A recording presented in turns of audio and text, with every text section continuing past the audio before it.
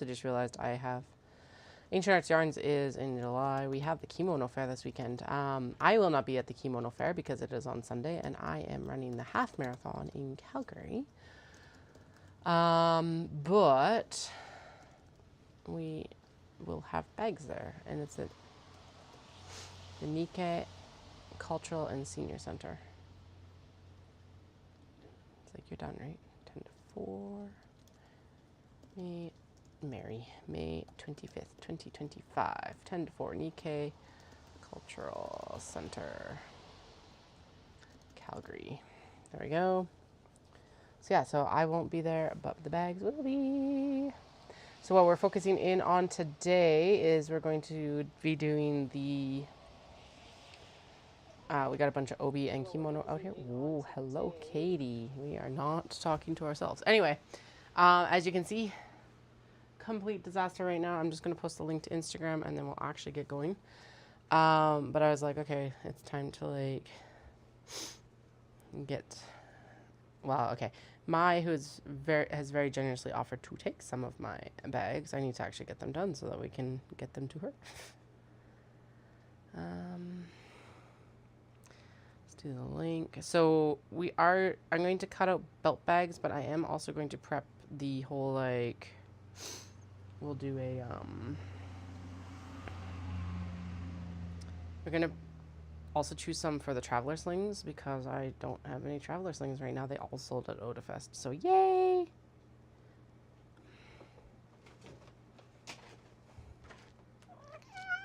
Hi, bud. How are you? I know. Why are you being so sucky right now, hey?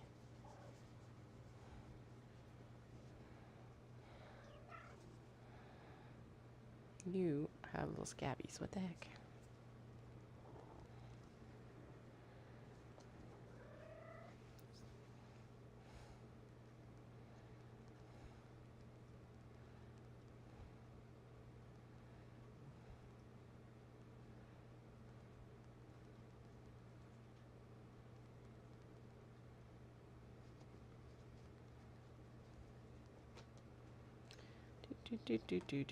You're like, hey, why can't you do this off screen? Because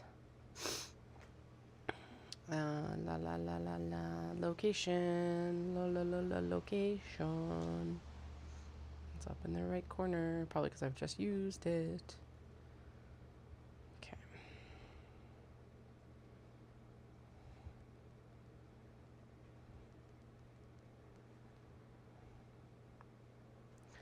La la la la la. Alrighty, there we go. Sure.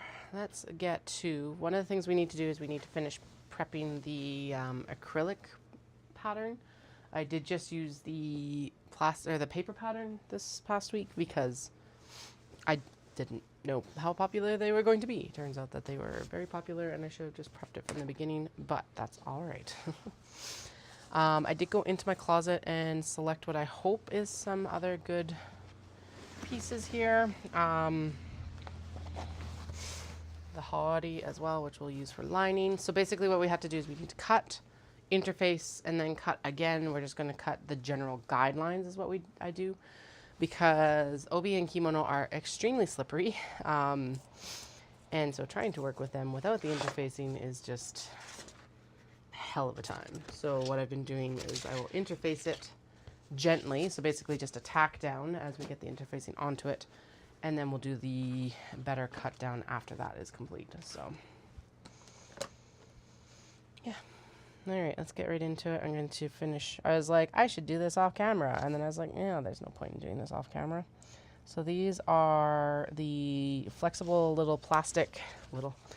flexible plastic cutting boards. A bit of a pain in the ass to cut apparently with this like rotary cutter. I actually need to trim it down again. I need a longer ruler because, you know, raw dogging these straight lines without a ruler is kind of dumb. Anyway, yeah, they're just cheap flexible plastic cutting boards, and I use them for this stuff because they are more durable than paper. Not like insanely more durable, and honestly the actual like acrylic cutting board or like cutting templates are way better, but you can't always get a template for all of these. This is a free pattern from Core Fabrics. They're a dead stock fabric company out of Montreal. And yeah.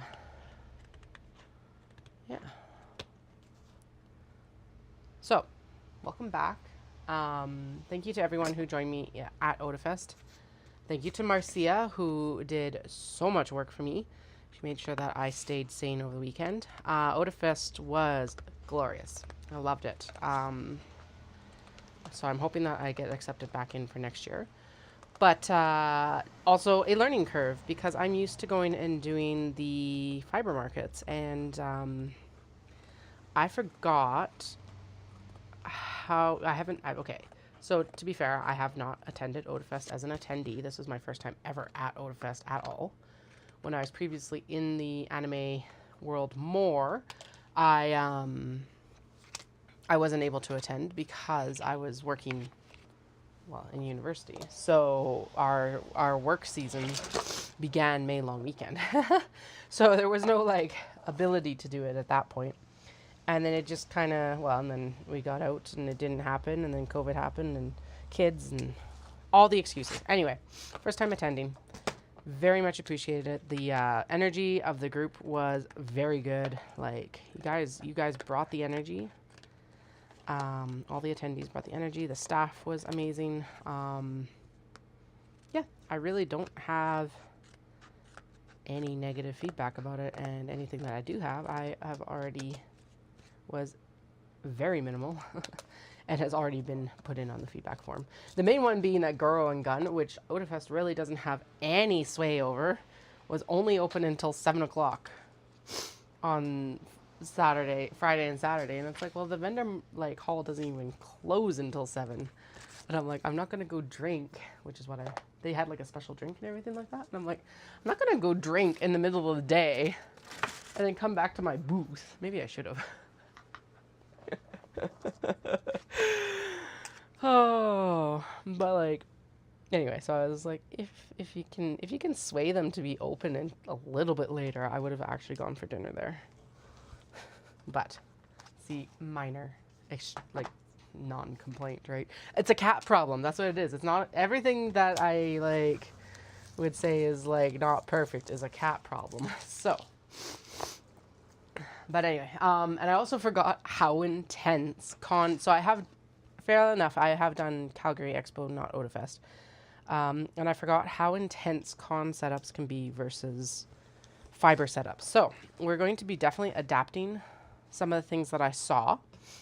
It still has to be practical for like what I'm doing, and I don't want to like overinvest, but my booth does need some TLC.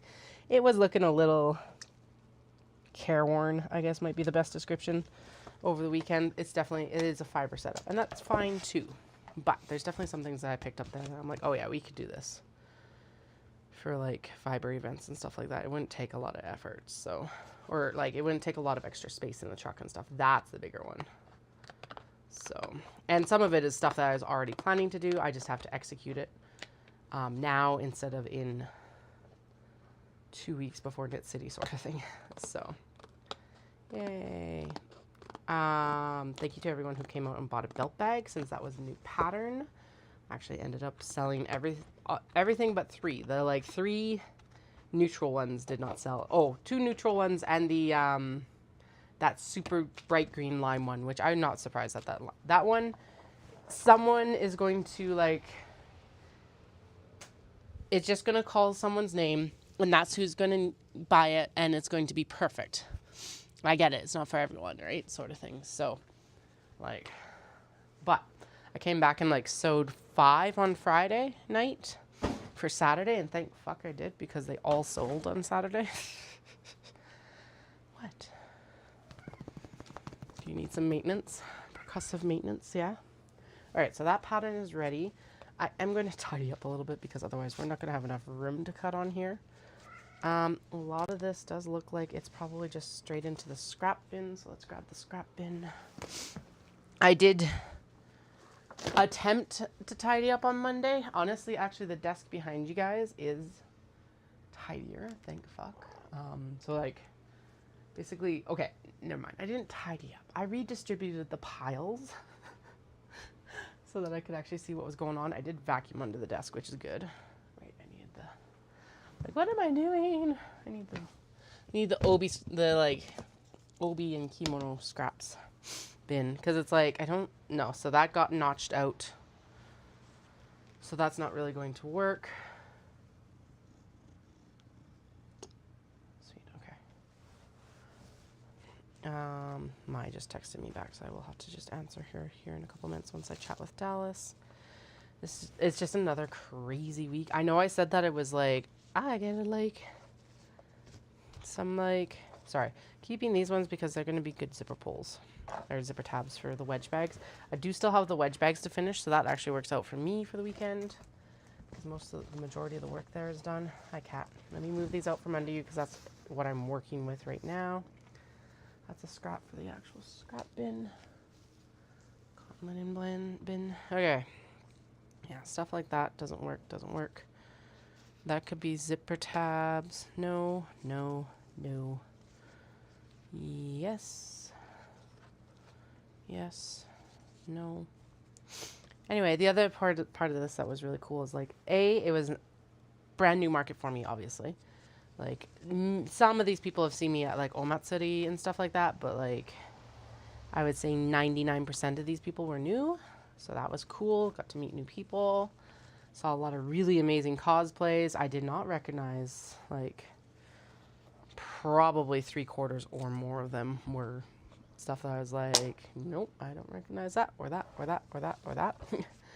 So a little bit out of the loop there. It definitely, like, reiterated that, like, I miss anime.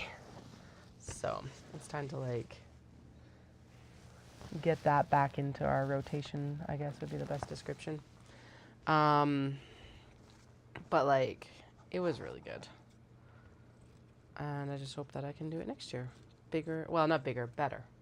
One of the big things that I did change up is that, so normally my booth goes in, so we usually you in the booth. If you've seen pictures of it on Instagram, I think I've showed pictures on the stream as well, but definitely on Instagram. It does it like, so you'll go into the booth. However, I was noticing that the browsing patterns on Friday and Saturday were hesitant about that, and everyone loves to cut the corner on a corner booth. Normally I solve that by putting something on the corner, so it's like, hey, this is a booth space, don't cut the corner, which we did here as well, and everyone still cut the corner. To be fair, it was busy, but I'm just like, nah, that's a personal pet peeve. That's not an issue with the venue or anything like that. But definitely, like, what I did on Sunday is I actually swapped it out so that all of the bags and the table were facing out, essentially, instead of people having to come in. And honestly, my Sunday sales matched my Saturday sales. Now, some of that is because there are a lot of weekend passes for this event, because honestly, it's like $10 more to get a pass where you can come in all weekend versus buying like a one-day pass. So, which is smart on Otafest's part. By the way, Otafest tickets for 2026 are already on sale. I won't know if I'm in until like February probably, but you can get your tickets now, which is awesome. It's a good way, I guess, to judge also if you like have enough interest and stuff like that. So, but yes, what I did is I basically, so instead of viewing in, I swapped the grid wall so it did its L into the aisle, and then fronted the table as well, so that our setup was an L instead of a U. So instead of walking into the booth, they could browse from the outside. And given that my sales were the same on Sunday as they were on Saturday, or comparable, basically, for like whatever, it was worth it. It didn't take me that much time, and honestly, I'm pretty sure everyone thought I was crazy, but I'm like, whatever, it's Sunday. It's not gonna, like, what's it gonna do? It hurts the sales, it hurts the sales. At that point, I had already paid for everything, so I was like, well, no skin off my nose, and try new things. And it was kind of fun, though, because then with a couple of the people that had, like, been by all weekend, I was able to be like, all right, so what do you think? Like, is this work better or stuff? And then the 2 random samples that I took, people liked it, so I was like, yes. Good move, Katie. Okay. that is all of those scrippity scraps. Now, the big thing that is actually holding us back here is not all this, but it is the, there's actually the pile of tote bag stuff back here. So what I'm going to do is we're going to move the tote bag stuff. This is for custom orders in a couple weeks. Next week, I guess, actually. We'll start in on customs. Yeah, and then that's stuff, that's like scraps to make things for our mini traveler slings and stuff like that. I'm not going to focus in on any minis today or for this week, am I? There's 6. No, I think we're good. I think we'll just chill on that. Anyway, I will mention it was a far more diverse crowd than I noticed at Fibre events, which is super cool too. Like far more diverse. So that was cool to see as well.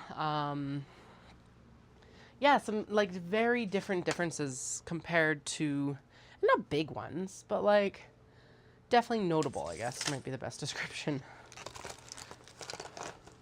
Or that I noticed coming from like a different sphere of making. And I'm sure those vendors there probably have all sorts of stories from their different spheres that they come from as well. So that's cool too.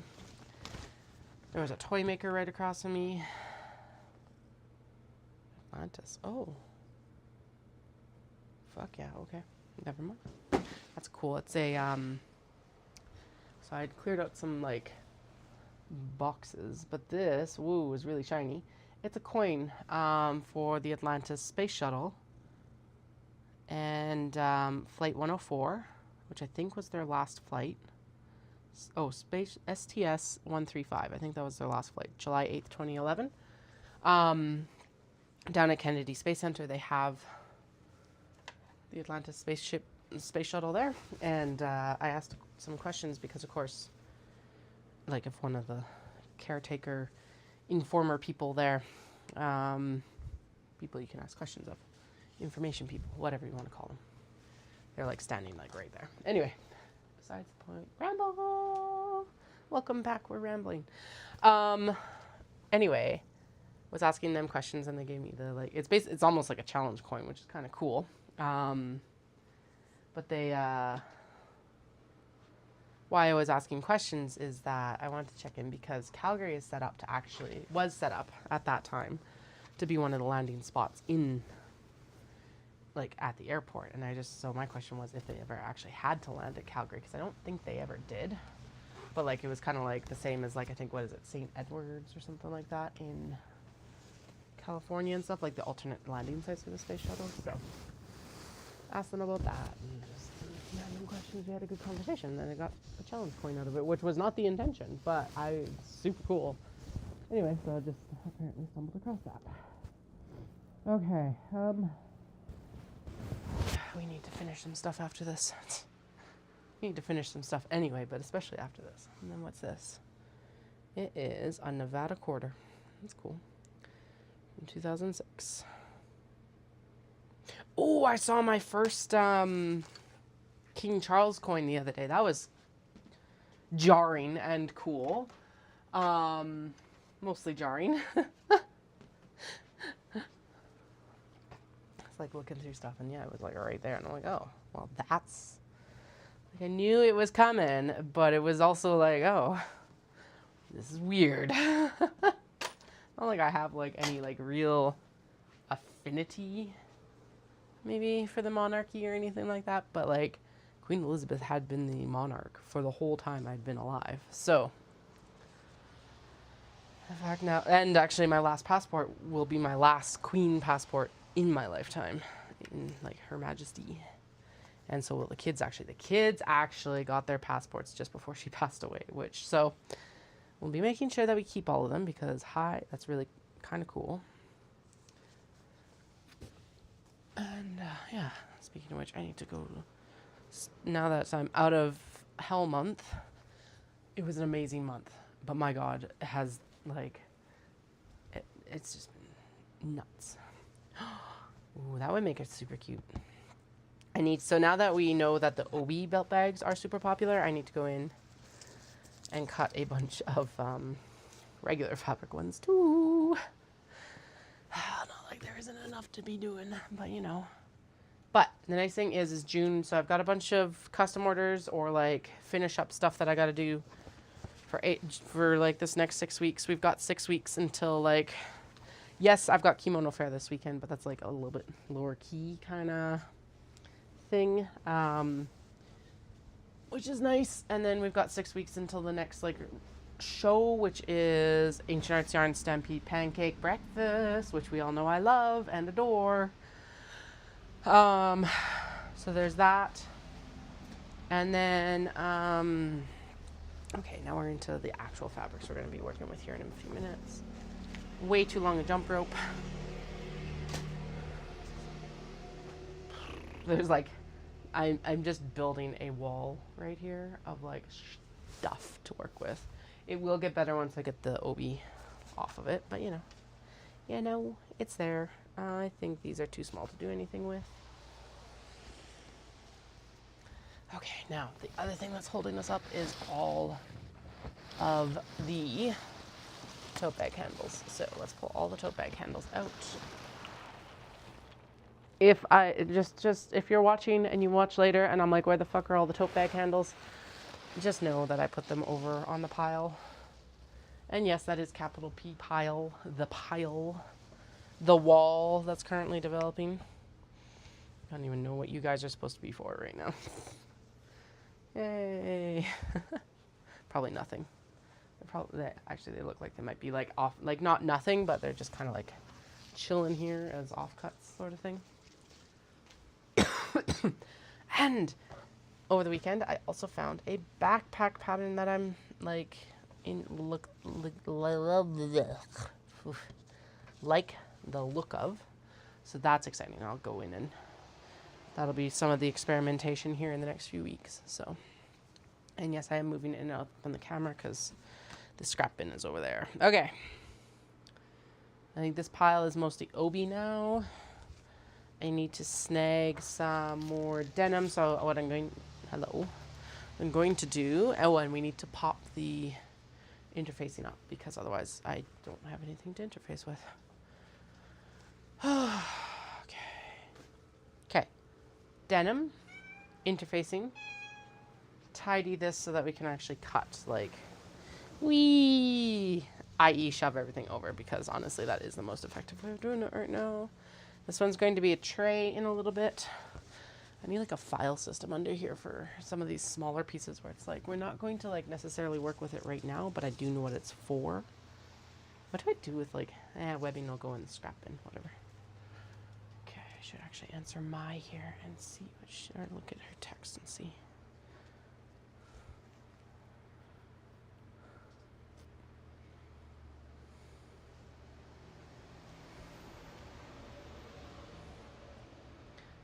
Boop, boop, boop, boop, boom.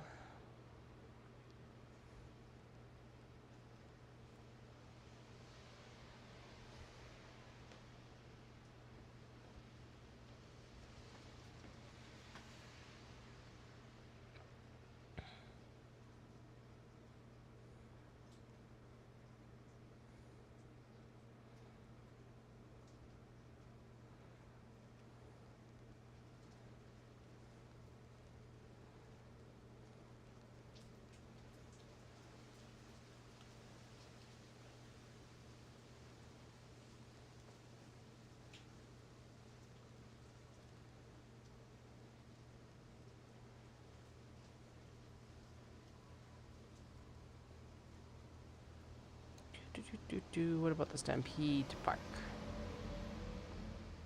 Yeah, okay. Okay, so good. Try and get that sorted here.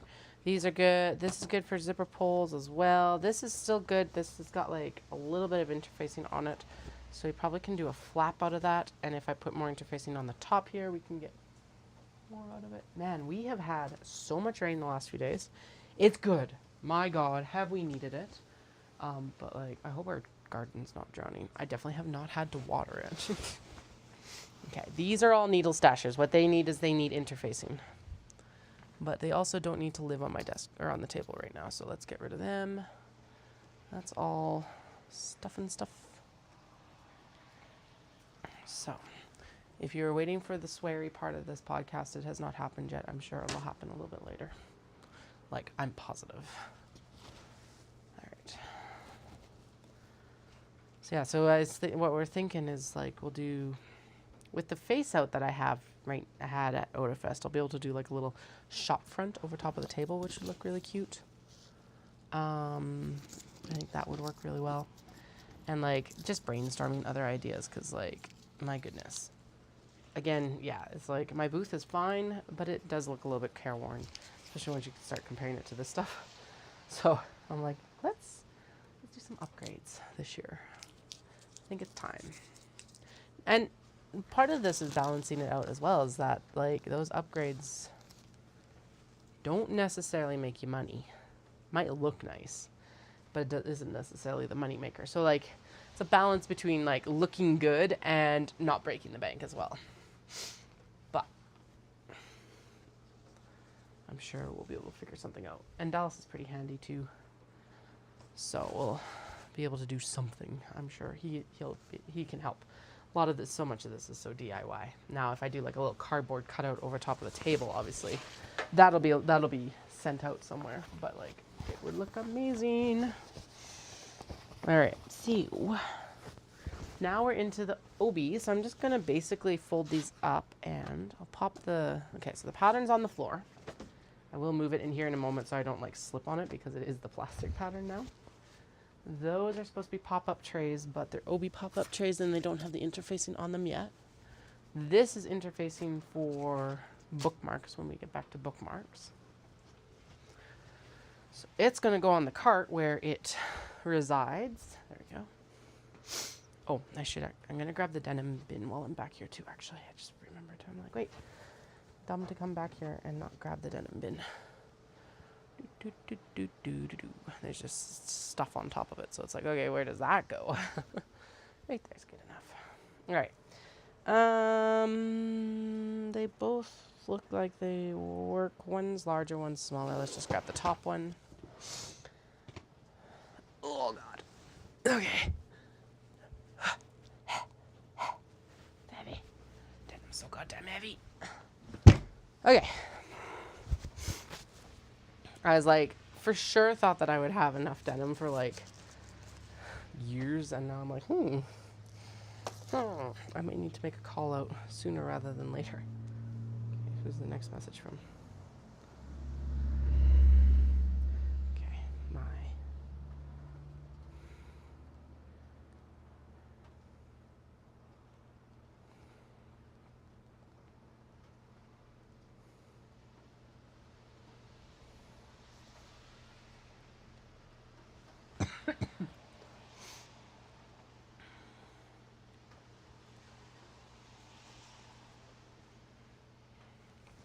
Okay, and then, so this is one of the ones that I've had like a lot of like curiosity about what I'm actually going to do with it, but I think that's going to make a really cool belt bag.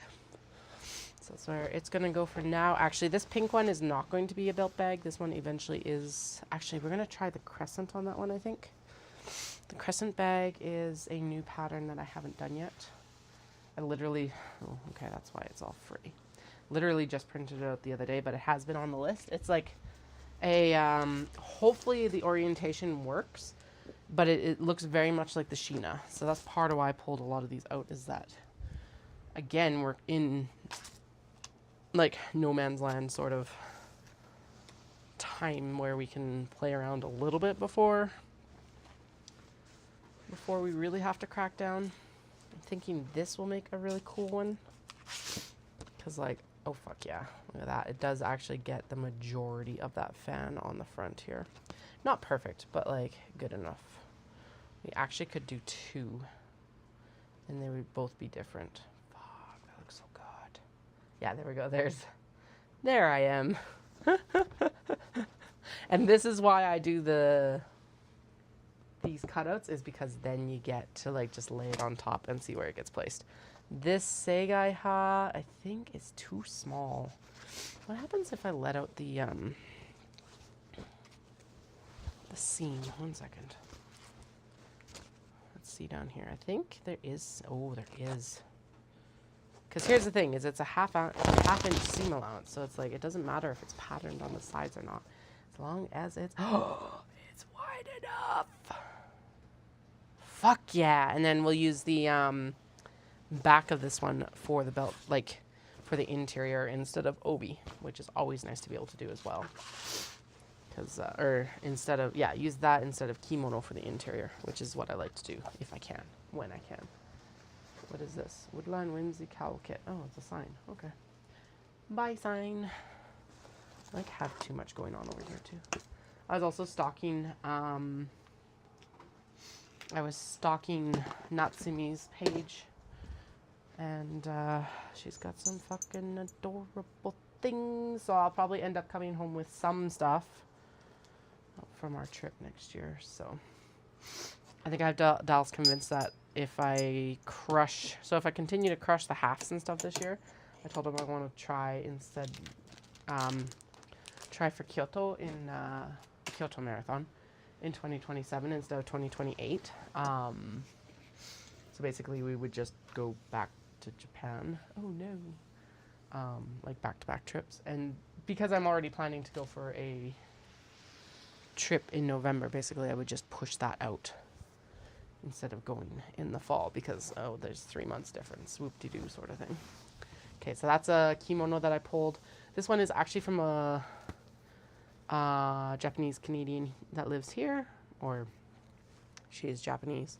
She now lives here. I'm not sure if she's like was born here or if she like immigrated here, but I've got some pieces from her because she's like, hey, I have this whole box of stuff that I'm not going to be able to sell, and I'm like, yeah, I'll totally take it.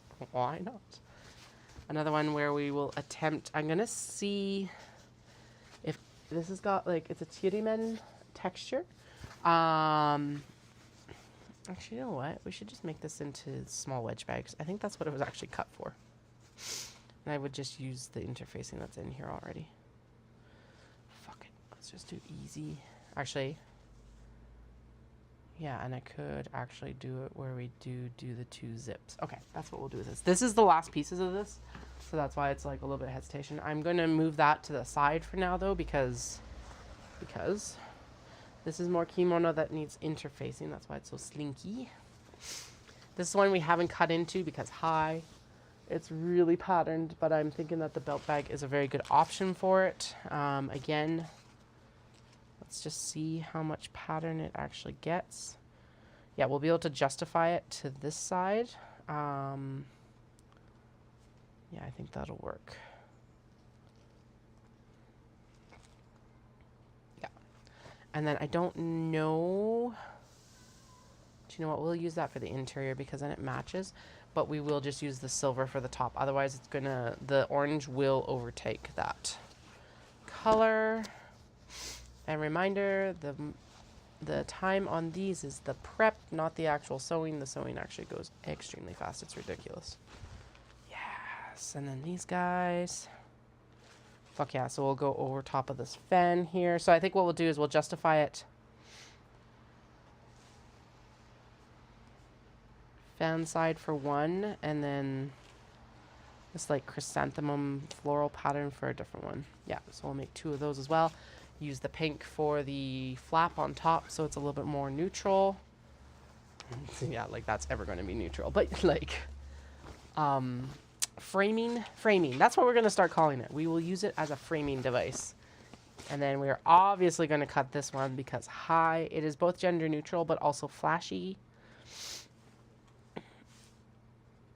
Yes, that looks really good.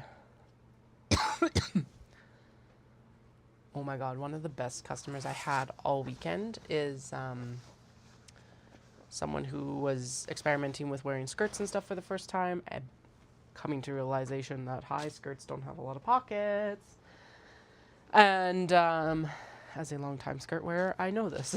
But of course, if you're experimenting with it, you don't know that. But they bought a bag at the very beginning on the Friday, and then they they wore it all weekend. I kept seeing them wearing my bag, and that was like such a massive compliment. They actually came by on Sunday and like told me how much they had been enjoying using it. And I was just like, I have seen you around all weekend and I don't think you quite understand just how much of a compliment that is. And I was just like, oh, it was so cool. It was the it was one that had it was the sand Dobby Sakura pattern. It was just like, yes, thank you. So awesome. So that was like, yeah, I feel like this show, it did very well financially, realistically. We're always hoping for more, of course, but like all my costs are covered and above and beyond covered. So yay, that's good. And then it feels like it is a place where there could be the ability to build a lot of community throughout the years if I'm able to continue to do it. So, yay. And now I'm like, okay, what's the other anime conventions I can go to in the area? There's of course Toronto, which is like the OG, I think. It's one of the original anime conventions in Canada. That's Anime North in Toronto. And then there's like Edmonton has one in the week before, what like last year would have been Knit City, which I found out is why Omatsuri changed their dates, and I very much appreciate that because honestly the new dates for Omatsuri fit in my schedule way better. So yeah, so there's like there's some afoot. Now Edmonton I can't do until the kids are a little bit older, where they can either come with me or they can stay with like people. What are all of you? I don't know when any of these are. I'm pretty sure they're supposed to go back and be. Oh, are you big enough to do a front with? Oh, just a little bit too small. Shit. Sushi Neko, just a little bit too small. Okay, what about the... Yeah, that's definitely too small. What about the coffee shop? No. Not this way either. No. Okay. Okay, I'm just going to move all of this. That's intended to be a kato eventually. It goes underneath. Too small, too small, too small, too small. That's fine. I'm just like, okay, let's take a look at these as we go through. Ooh, someone was asking about the sheep fabric, so we'll keep that out for potential custom order. Because I said that I had one in works, but like honestly, we've got time to do either. Okay, I'm sorry. Let's just deal with all this shit that's in the back here because then it's just easier. It's just easier to do everything else. I am going to cut this one again as well, and we're going to make a belt bag out of that because I have not finished seam ripping the other one, and I'm pretty sure the other one's going to end up a little bit smaller because the seam ripping did not go as smoothly as it could have. I'm like feeling the pressure now. I'm like, I just want to be cutting my fabrics because we got shit to do. Sewing. Oh well. Dallas is home. I do still have tomorrow, and I have part of the day on Friday. I'm gonna go get my hair pinked on Friday. Not pinky and sheared. Repinked. We're gonna go dye it because I miss it. I should have had it done for this weekend, but you know, whatever. Ooh, that would be a good one for. Ooh, and this one with the geisha. There we go. Okay, scraps, scrippity scraps. Some of these are bookmark scraps. Some of these are not bookmark scraps. I am going to pull the North American scrap bin forward, and we are going to start placing them in there. I did actually put a bag in the non-Japanese fabric scraps, although I don't know why I didn't put one in the Japanese scraps as well, but whatever. That might work. That might work. There's some cute ones. That's definitely bookmark material. This is kimono. That's interfacing. Am I going to ever use these? Oh yeah, those are scrunchies, Katie. Duh. We're not working with them right now though. No, that's too small. So let's just move honestly, this was like probably one of the best things I've done for myself is just getting these bins, because even if I have to sort some stuff like I am doing right now, it has saved me so much time from sorting it out later. It's ridiculous. So it's like the fail point of the system is still me. But the fail point is not quite as large as just, let's just throw them on the ground and deal with them later. No. Because the other nice thing is now it's just like I just take that bag out and we have everything ready to go for whatever. This? Oh, fuck yeah. Okay. We're not going to be using that. Okay. Those could be bookmarks. That is good for like zip tabs and stuff like that. So that doesn't fully go into the... That matches up with this. Anyway, this doesn't fully go into the like smaller scrap bin. I've got a scrap bin that's like, these are, don't want to call them usable scraps, but they are usable scraps. They have bag applications. There we go. Whereas the other scraps are more like, okay, we got to figure out what we're doing with them. That's what it is. These can be applied to bags, or these cannot be applied to bags. Oh yeah, we're gonna go see Six tonight. It's a musical. I haven't been to a musical for a while. Apparently about the wives of Henry VIII. I don't know anything about it. Actually, my sister-in-law bought the tickets, asked if we wanted to go, bought the tickets, and I'm just showing up basically. So we'll see. Bookmarks. Too small. Large enough. Learn how to copy and paste between devices. It stinks. No. Okay. Too small, and also North American. So that bin. There is batik in here as well. Basically, what goes into the North American bin is the lining and like lining pieces and stuff like that. So whatever I've used for lining goes in there, basically. All right. I think we're actually pretty good. Like, honestly, that was a very easy tidy up compared to some that I've done. Still too small.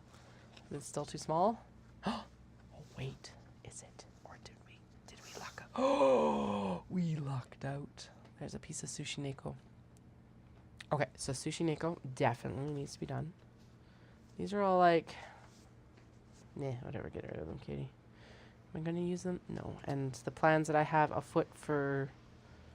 Actually, no, we are keeping those. Never mind. Those are good button cuts. And actually, that one is too. Okay. I do have my own little, like, scrap pile back there for button cuts. Close you. Alright. Back here. Okay. Lining. That's large enough for bookmarks. That is a denim cut if we end up with a random piece for denim. This is all scrap pieces that are going to go back onto the thing. The cart. That's the thing that we're going to. Ooh, is this large enough for a belt bag? These cotton and cotton linen blends are not necessarily going to get cut today. But since it's like what I am in the mental space for right now, we're just going to double check them while they're here. Because, hi, me as well. Where the fuck did that... Okay, I'm like, where did it go? I just had it. We just measured sushi neko.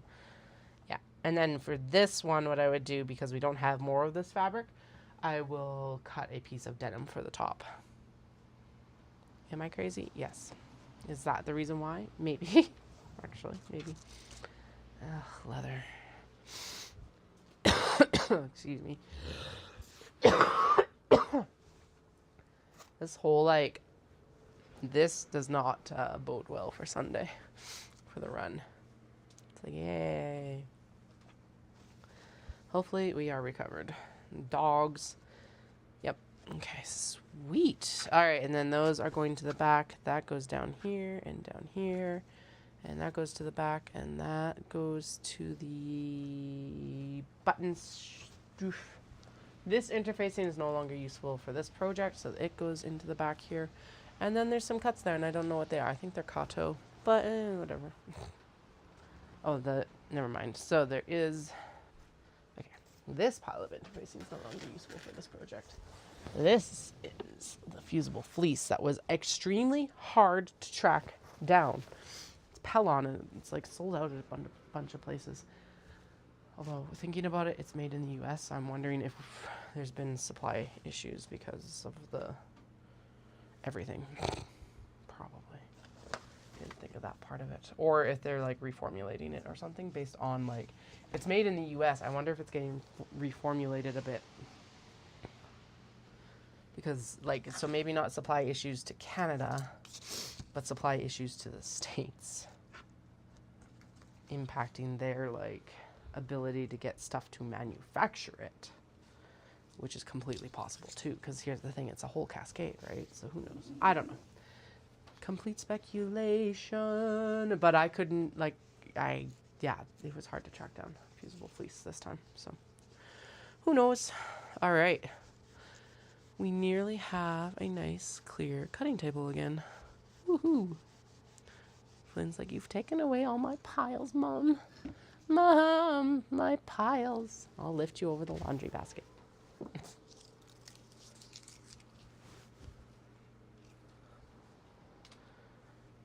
Okay, just about there.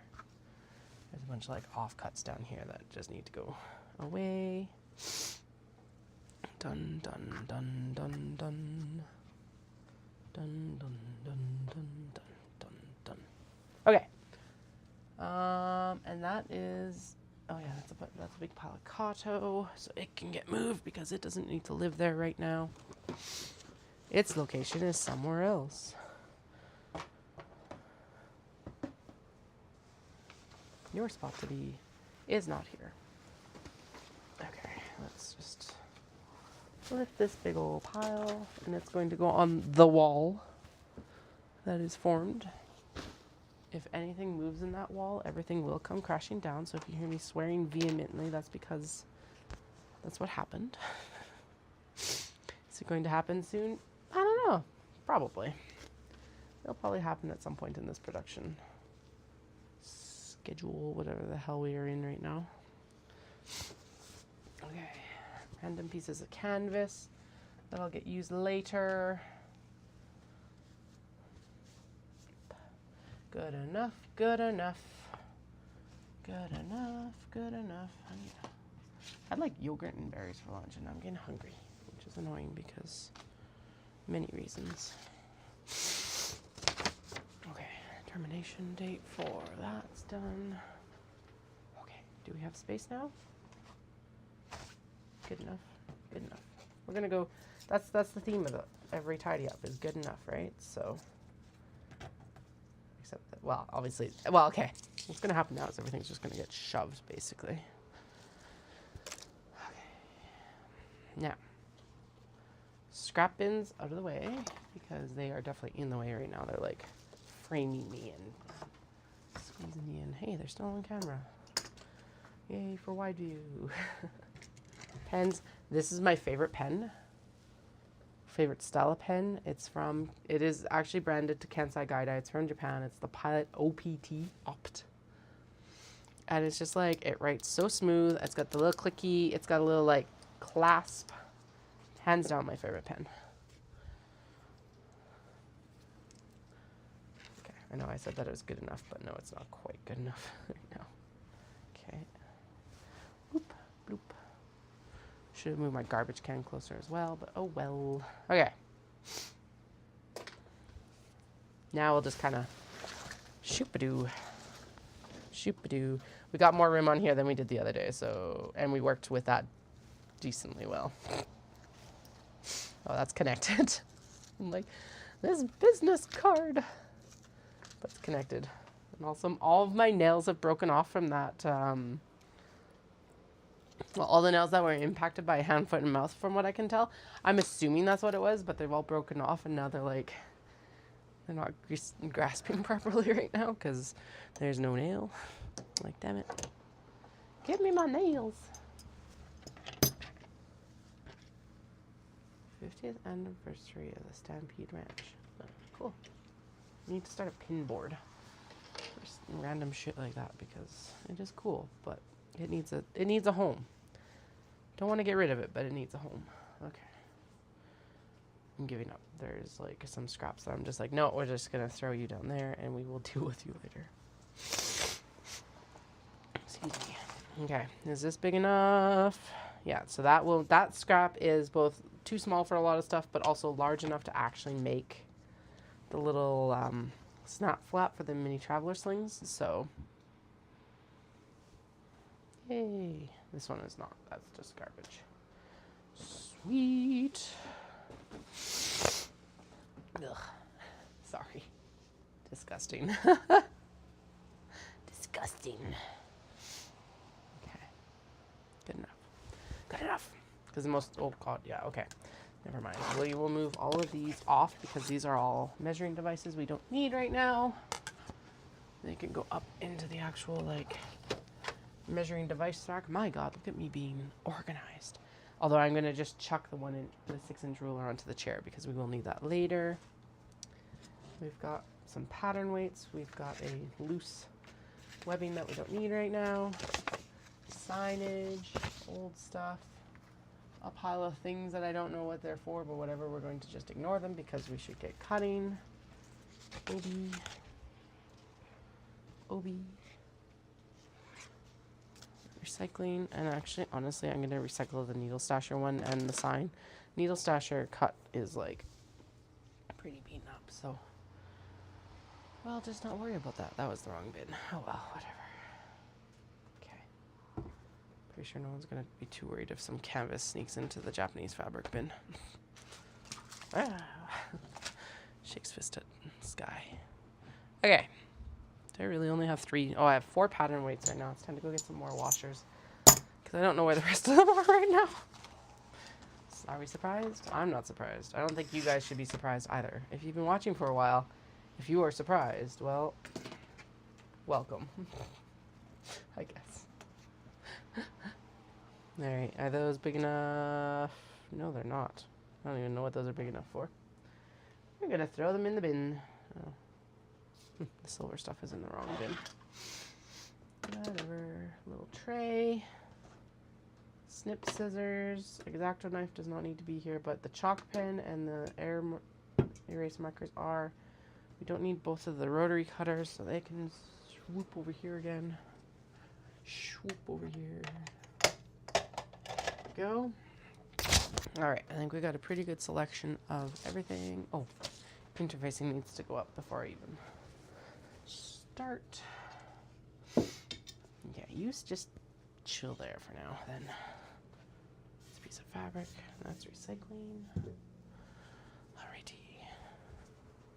I've got like all my windows open right now, which is glorious because I can hear the rain, but it is also a little bit chilly. So sleeves up, sleeves down, sleeves up, sleeves down. Okay. So we do have 2 rolls of interfacing because hi! We went through that other roll way too fast. Have we sewn everything from it?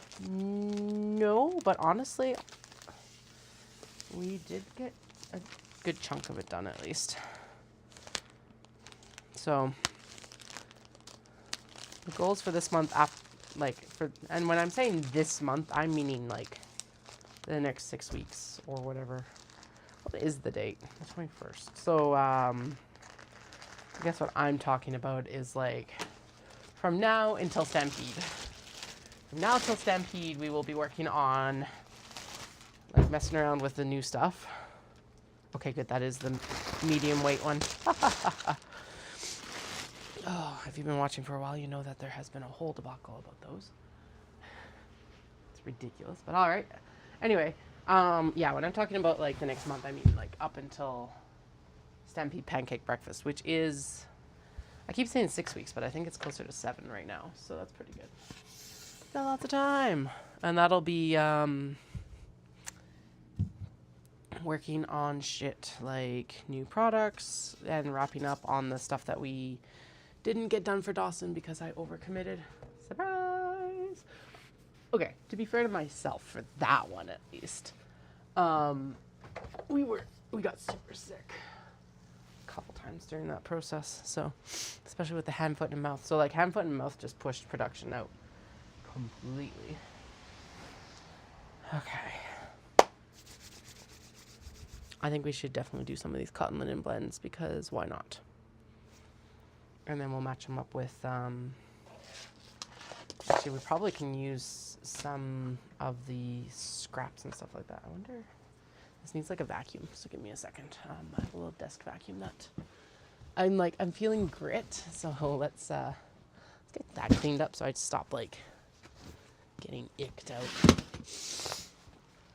Yeah, so we already had a pretty good list of stuff to experiment with for this month, but we're gonna add in the little container thing popped off of the cat's knocked the little desk vacuum over the edge. Let me see.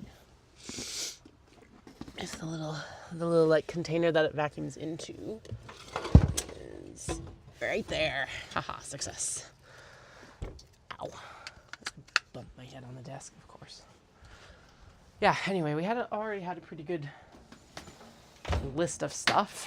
But we're gonna also add the belt bags are on it now, just for production's sake.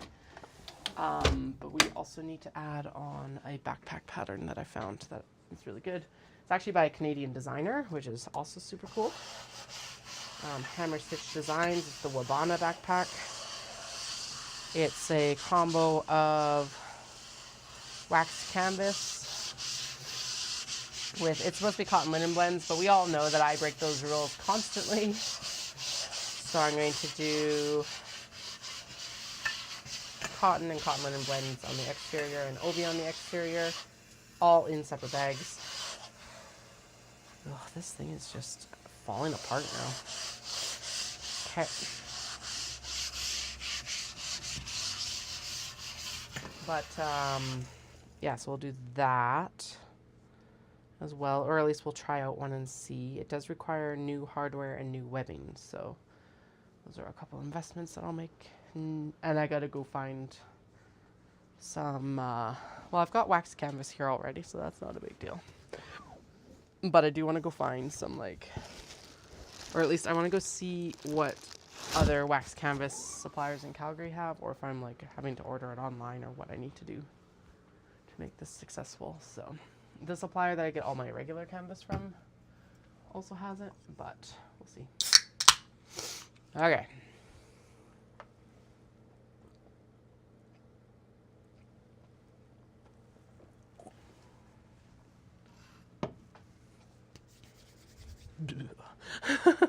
It's chilly. Okay, so this one's nowhere near as picky. This one is pickier. This one is the pickiest, so we'll cut it separate because I just don't want to have to deal with it otherwise.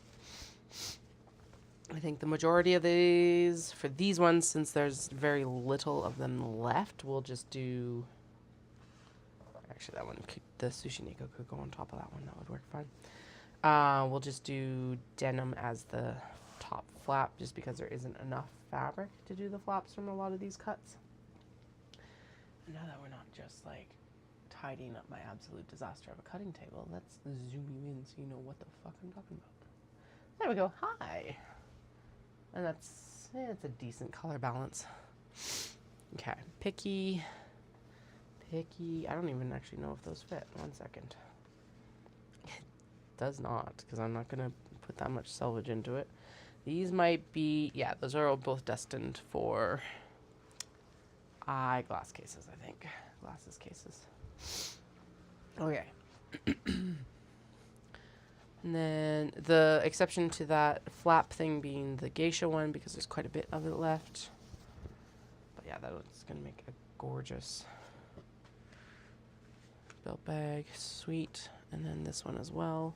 This one will also cut the flap from, yeah, because it's tall enough to do the flap above the front cut. Okay, sweet. So those ones will line up because actually, yeah, we don't even need this other piece of the geisha. We can do the flap just from this. Sweet. And then there's still quite a bit left as well. There's almost 2 there. I wonder actually if I cut it this way. because it's a non-directional print. Oh, but we need to, oh, wait, yeah, oh.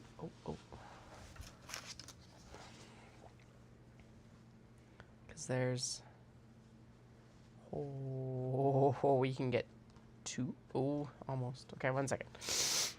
Okay, so if we line it up to the selvage, good, flip, good. Okay, stay there. And then we're going to do here. And then we're going to do another flip.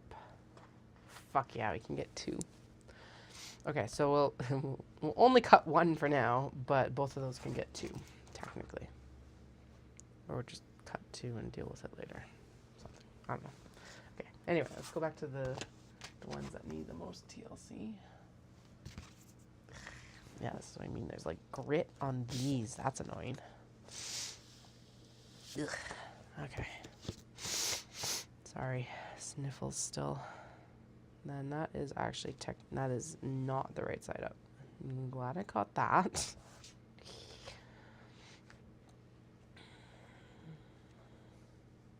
We're going to go in a little bit straighter on the dogs.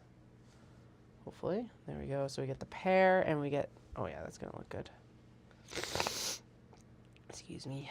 Let's put the, yeah, let's get the pear right in the middle because I like this combo of the like lime and etc. right there.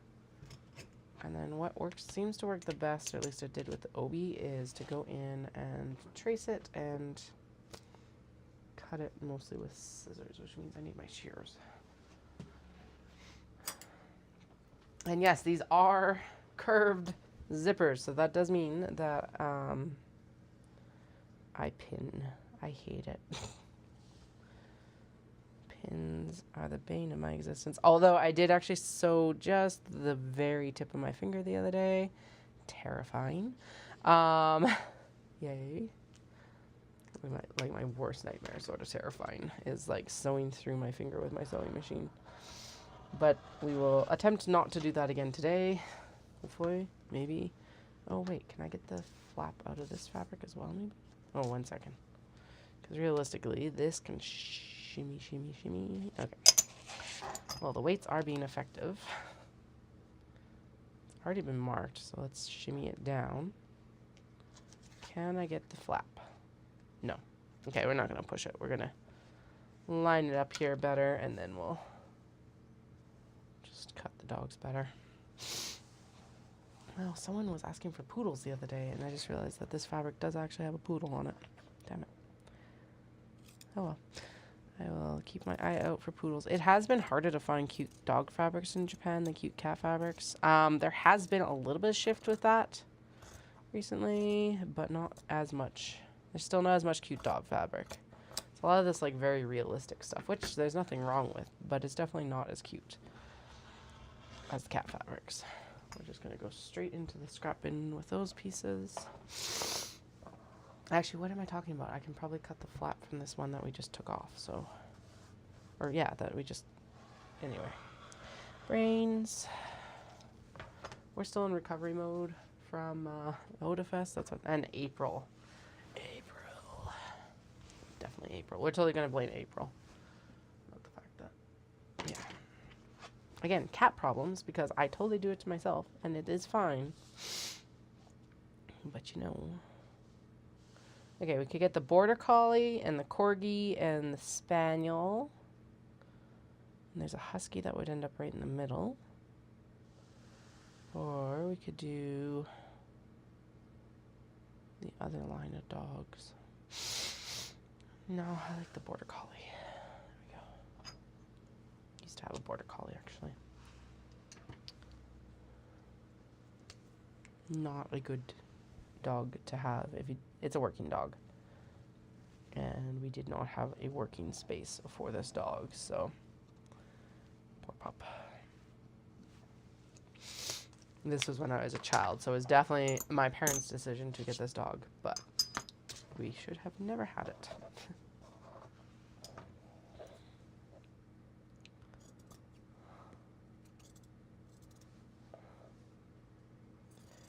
I don't know why I'm trimming this out. We were supposed to be interfacing this stuff, but here we are. We'll interface the rest of it before we like do it. Yay. I'm supposed to only be cutting out rectangles, not actually cutting out the pieces, because now this piece it will be subject to like like it's not terrible, but it makes my life easier if I just interface all the goddamn pieces beforehand. Okay. Interface the pieces. We will trim them down so that I'm not like interfacing excess or as much excess, but yeah, no. Like, so this whole sushi neko piece we'll just get interfaced before we do it.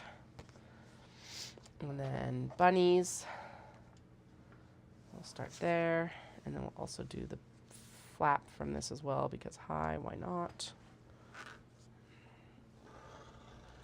There, and then this piece will also get interfaced because that's just how this works. There. It also makes this process faster because... And then we're just going to go in and interface this whole piece here because we figured out that that can be 2 instead of 1. I am going to leave a little bit of just wiggle room on the geisha because we have the ability to do the wiggle room. But yay for non-directional prints. I know I said that I was going to do like obi and stuff like that, but here we are. Woo! 100% not what's happening right now. Okay. There we go. Now that, I think there's enough there for stuff like a wristlet or something like that, but I don't. Okay, now. This one is interesting. So let's open it all the way up. We're actually mostly done. We should find out if this can make a traveler sling because the butterfly one can, and I have, and it's sold. I think if we press this out, we can like... Oh, the butterfly one is all one piece though. That's the difference. This is 2 pieces. So let's figure out with the selvage what we can do. I got asked. So there's a kimono reseller in Calgary. She's also Japanese. She's the one who said that she's actually going to go through what she has and see what she doesn't need or want anymore. So that will definitely work to our advantage very nicely. And it was a very generous offer. I appreciate it. But she was like, how do you take them apart? And I'm like, I clip a stitch and then I just tear them open.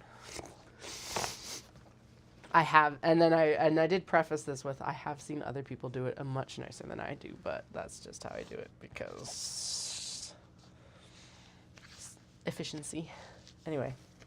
Ooh, okay, so the one I did before, I did it with like the seam in the middle. So we like went across this way, but we could do it.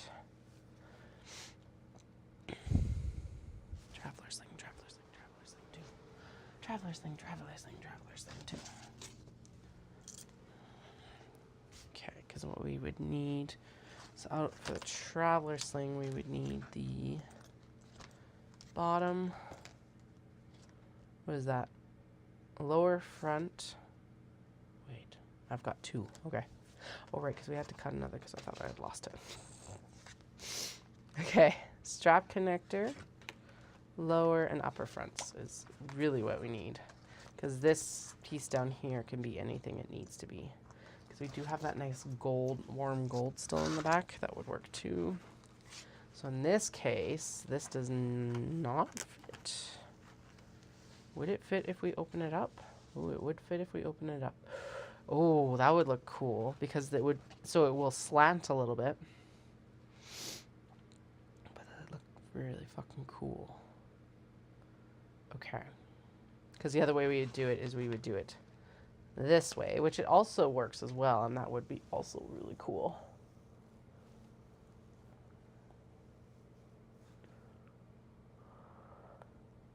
And then the back would need, I wouldn't do it in this obi, I would do it in like a complementary obi. Right? Oh yeah, that definitely fits really well there. Okay. Okay. So where does that leave me for fabric right now? Because here's the thing, we could do multiples. So we could do one of this, do one of this. Right, yeah, I think. Because there is more fabric in here. Yeah, okay. We could do one of this here, and we could do one of this here. They'd be very different bags. right? Because if we spread it out, there's enough room, right? It was like that didn't fit, so let's just double check. Yes, especially once I opened up this side. So then we could do, okay, so I want to do one like this. Sweet. But then, okay, so that's right.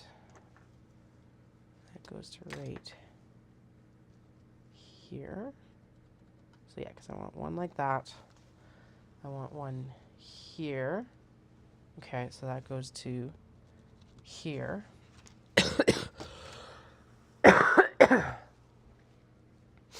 So that's 1, 3, basically. It's going to be a very productive obi. Holy. Okay. I think this is a men's obi. I don't know, actually, though. I just bought it because it was pretty. Okay, and then we would do one like this. Boom. Boom, boom, boom, boom. I'm thinking we just interface this whole goddamn thing and do the cuts later. But that would be the line up there for that one. And then we would do front, front. Basically, yeah, it would have to be like, that's the bottom, this is the top. So there we go. So there's the,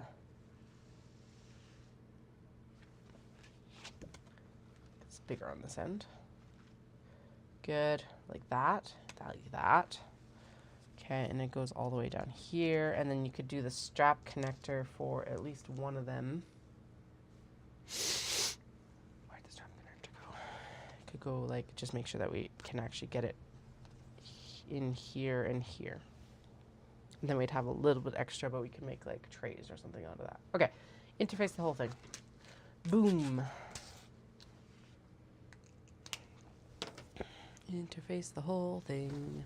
And then we'll figure out the back later. Okay. This is going to be lining and pockets and blah, blah, blah, blah. That's a howdy. This is an actual silk obi. You can just tell by the texture. And also the fact that it is like, it's not iridescent, but it's double, I think it's called double shot silk. So you can see how that's woven, that like the blue is much more prevalent on the back, but then it's like, still pops through on the front. It's really fucking cool. Alrighty. So for this one, I would do this way because it's fairly, oh shoot, that's what we need to. 1 second. There is one more consideration in all of this, and that is this crescent crossbody bag. Main panel back, main front, upper left front. Ugh, okay. Obviously, I don't have it cut, but this will give us a general idea of how large these pieces are. This, oh, and let's actually make sure that that is the correct, like that it printed to the correct scale. I don't think there's a lot of, oh yeah. Oh yeah, we're on. Perfect. Okay, so this would be the back. Main panel front. Upper left, main front. Okay, so this is the main, oh, this is the main panel back. Okay, so this is the full piece right here. Okay. I don't think it's big enough. I don't think it's small enough. No, it's not. Okay, so like the same problem as the Sheena, it's actually too wide. Because the Sheena, I only can do, maybe. Maybe just barely on some obi. Okay, because there's, so let's pop that on like the fold line right here, because that's the middle portion right there, say. And I think, so this would only really be the main front that I would be doing out of this. Okay, there we go. It's tight. It's tight. It probably can be done, but it's tight. Ugh. And then the question also becomes of like, what do I do with for the base and everything? What about the main front? Because the main front is technically cut. Is it a little bit smaller, I think? Because what ends up happening is you end up with like a main front slip pocket, which is really cool and actually is what drew me to this pattern a little bit more. Okay, so that did line up there now. And that does...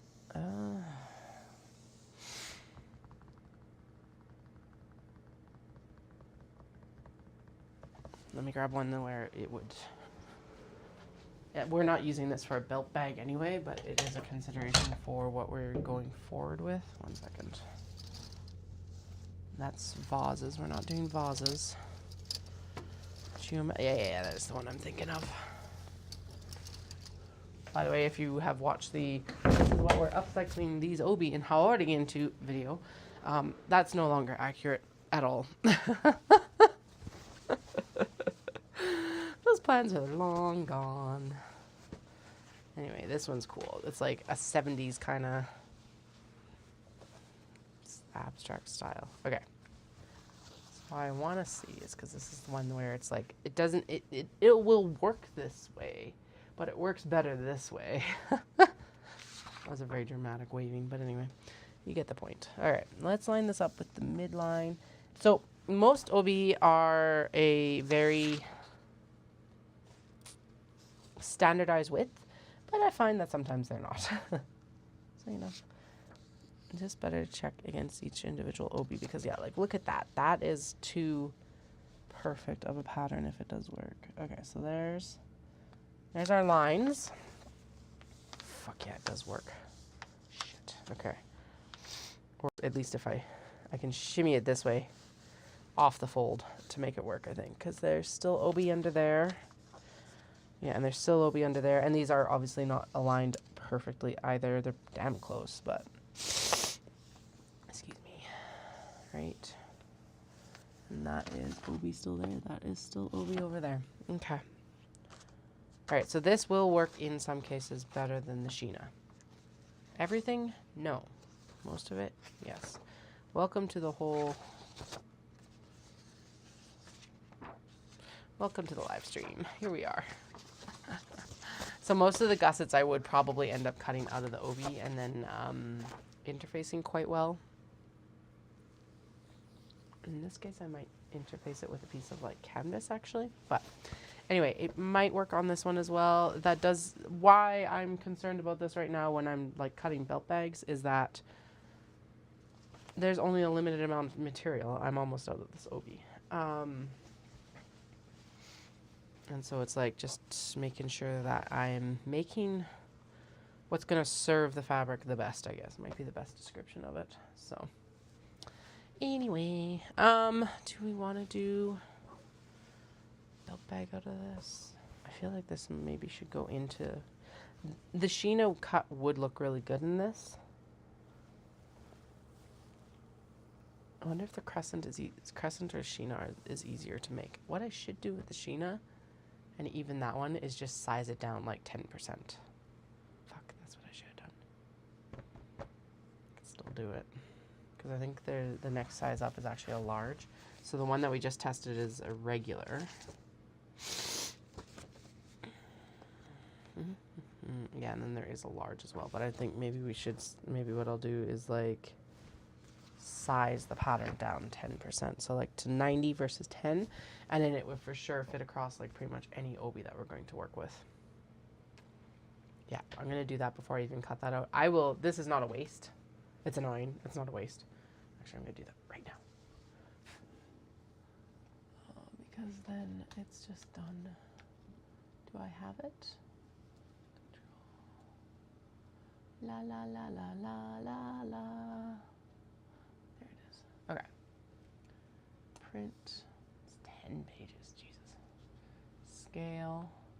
Let's do 90%, I think. Because what do I need it to come? I only need it to come down by like infinitesimal, maybe a quarter, maybe a half inch. So 90% of 1 inch.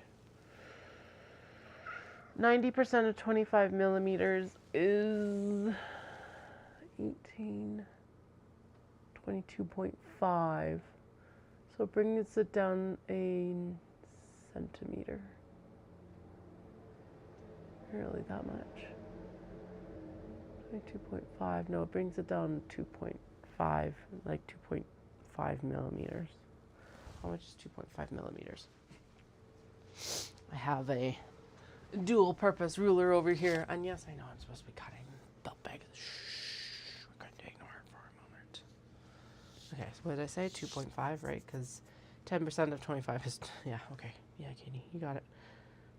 So that's a half. 1, 2, 3. So it brings it down like a 1/4 inch, I think. Where's the closest one to the inch? Okay, so an inch is basically 2.5 centimeters. 1, 2, 2.5. Brings it down 1/8 of an inch.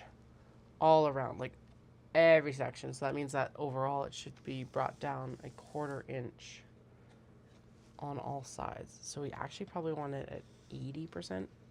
Because 20% of 25 millimeters is 5 millimeters, which is a half a centimeter, which is just over a 1/4 inch shrink. Yeah, there we go. So we want 80%. 80%. Okay, and all 10 range. Yeah, all 10. Good. Hi, buddy. Because I don't think, and if there's any like other pattern pieces that are just cut. So there's pattern pieces where there's a pattern, and then there can be pattern pieces where they're just cut. But if there's anything that's just cut, we'll just do the math for it then. Yes. Flynn's like, I'm off. What is going on up here? Okay. All right. So yes, we are going to factor in that we will cut a crescent bag from this for that. Let me just go grab it. I will I'll mute you and go upstairs and grab it quick. 1 moment.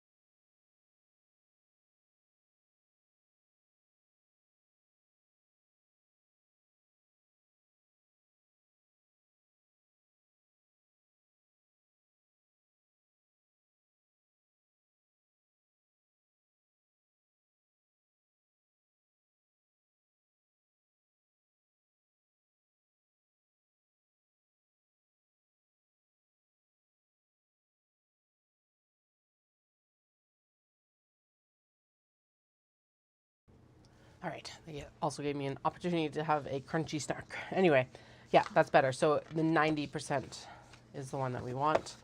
I did print out the 80% and it's too small in some ways. Again, not a waste. I'll keep it around. Same as 100%. But yeah, the whole point of this one was to be able to do the obi bags on this direction instead of this direction. And I think we hit it just right. Now, oh, I was also supposed to have printed out the, excuse me, oh, actually, that's pretty obvious. Which one's the 80% because the lines are like, yeah, like on the paper are massive. Okay. Pop this aside, and then we're also going to open up and print the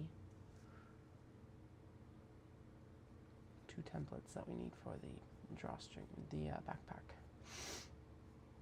Okay, pages 27 to 29.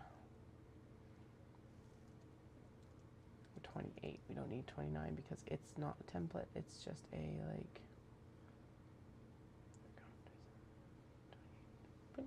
Okay, good. All right, now that still comes back to the question of, yeah, okay. So there is enough to do crescent bags out of this. So let's do a belt bag out of it anyway then. I think we can do a belt bag out of this section right here probably. Maybe. Boop. You're like, okay, we're finally back on track. Yeah, we're finally back on track. Don't worry. Don't worry. We'll get there. But it's important to plot these things out because I don't have a lot of this fabric. So, you know. Actually, do we want? No. So, so in this case, I don't actually want to use the flap.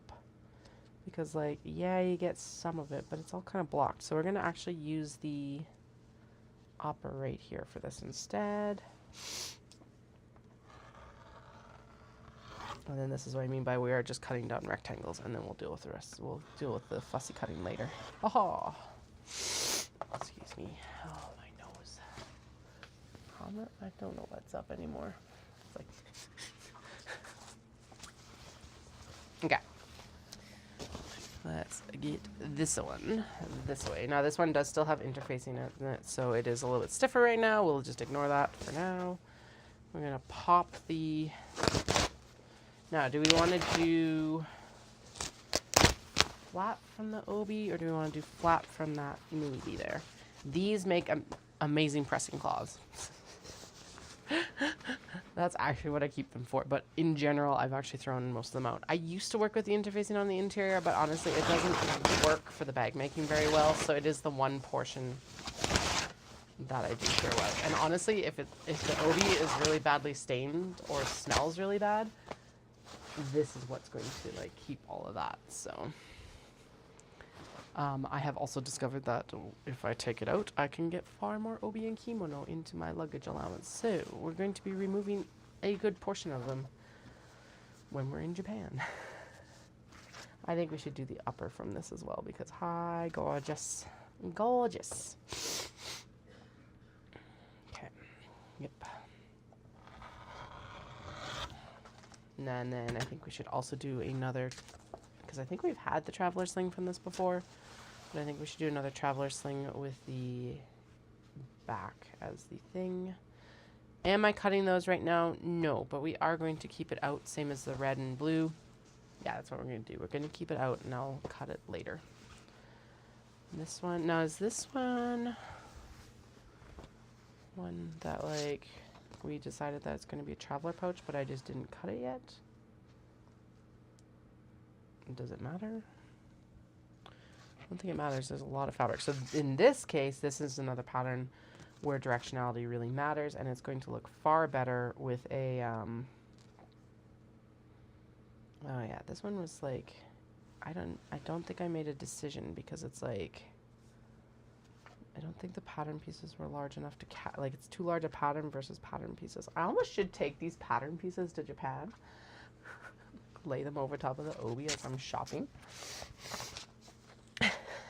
Sure, they've seen foreigners do weirder things, so I'm not overly concerned about like, yeah. Okay, and then this one we are going to just cut because I will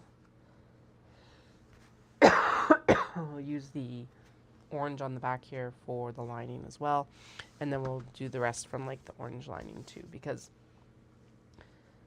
it would be a very jarring color for a lot of the other bags that we will be making. Okay, I am going to trim this right here, and then we'll end up with a larger portion of that segai on it. And actually there, I think that's the place for it. So we're just going to trim it down here because this is one fabric, one lining, one fabric, one lining. Perfect. Like that. And then, excuse me, we will interface the whole thing, so I'm not going to worry about it. There is a lot of threads on the interior. Ooh. Nice big section here that we can actually probably make the interior lining sides from. There we go. And then what we'll need to figure out is lining, but I typically will, so we'll cut all the stuff we're going to cut, and then I'll figure out lining once we've figured out what we're actually making. This is also going to go in for a crescent bag, so it's going to go into the work with later pile. That's what I'm going to qualify that as. We are definitely making this like gradient segai ha into a belt bag, and we're just going to cut it the same way as we just did because this will make an amazing lining for everything. Actually, or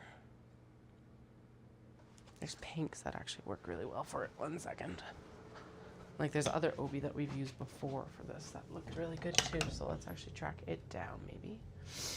There's gray, which would be like sea gray. And there's the pink. Yeah, and it's actually a fairly small piece, so that would actually work. Or there's like an off-white that would work. If you're like, Katie, why is your voice disembodied? Because I'm in my obi closet. I'm in the closet.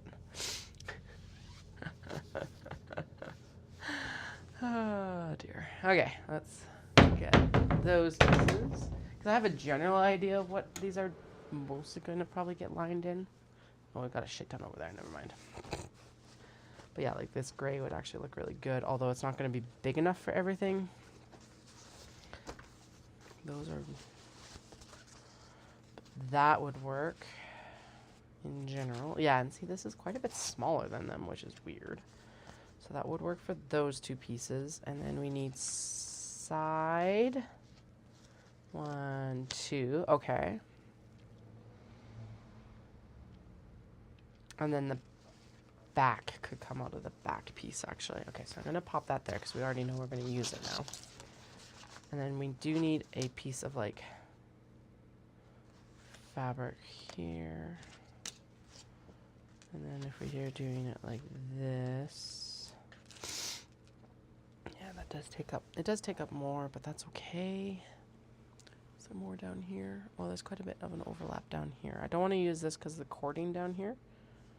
At least not for the segai hub, but we could definitely use... Okay. What we're doing... We're just going to open up the rest of the way. How do you open them up? I just tear them open. Should I be doing it fancier? Meh. Sometimes. Most of these are still in decent enough shape that honestly doing that it's not going to hurt the bag itself. So here we are. All right, so let's do that. We'll separate the two pieces because then we're not like behooving to that exactly. And then we're going to do that right there. They're so different. I really want to do actually 2 of them as well. So fuck it, let's do it. I should have just left them together, but that's okay. Because then we can have one that has like the green through to white as well, which will look really nice. There we go. My eldest is always super excited about this one because it looks like mermaid scales. So, okay, now this one is not becoming anything else right now. So it is just going into the done pile. Okay, and then I need to cut 2. Okay, so there's one, and it's got the pink lining. And then we'll do...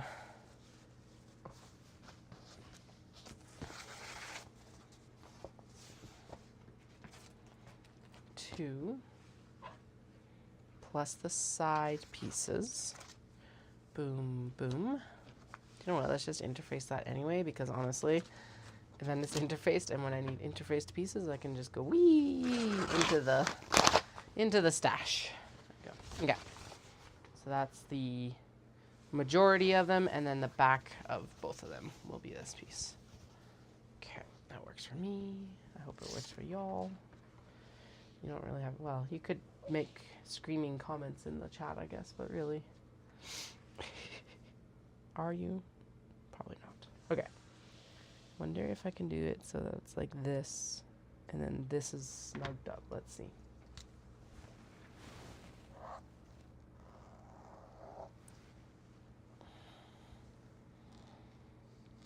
And yes, I do just use my air pen with a, oh yeah, look at that. Then we can at least snug it up and it doesn't take up quite as much space. Okay. Right? Yes. Excellent. Okay, so we need to cut it there. No, we're not cutting it out right now. Remember, we're going to interface first, and then we'll do the cutting. And then this was good because that's going to get ironed out. Excellent. And then that'll be a section that we'll use for like zipper pulls, zipper tabs, and etc. Okay. So that's already got its lining even. Sweet. And then this is a good lining for this one. And we are just going to do a belt bag from this for now. This is set up to probably be a crescent as well later on in its lifespan, in its crafting span. And another traveler sling. We have done traveler slings from this one, haven't we? I think that's why it's been cut before. Or did we do wedge? It doesn't matter. Doesn't matter. We are going to work from this end because I don't want to work with the weave mark on that other end there. Okay. And then I think with this one, it is quite bold. So we'll do flaps in the pink as well. So at least it matches. But, yeah. Yeah. Okay. So, we're going to do 2 of these because then what I can do is I can center the fan on one and actually the, or did these look better this way? No. The fan here on this one, and then we'll go straight down after that, just flippy flip. And then we're going to center this as the focal point on the next one, kind of like it goes back and forth, which means I'm just going to, so 1, and then flip, flip, flip, flip, flip, flip, flip, flip, flip. Good. So we have Calgary half marathon, well, okay, Dallas is running the marathon on Sunday, and I'm running the Calgary half marathon on Sunday, and we're both very nervous. He's nervous because he's really aiming for a very, like, pretty fast time, and I'm nervous because I'm just aiming to stick with the pacer, and it's like, oh god. My big thing is it's like, okay, what if I have to pee? I'm going to be able to catch up, basically. I guess just have to be strategic, so. And, like, small amounts of coffee, not like an insane amount of coffee that morning. Enough that I don't feel like death running, because not having my coffee before running sucks.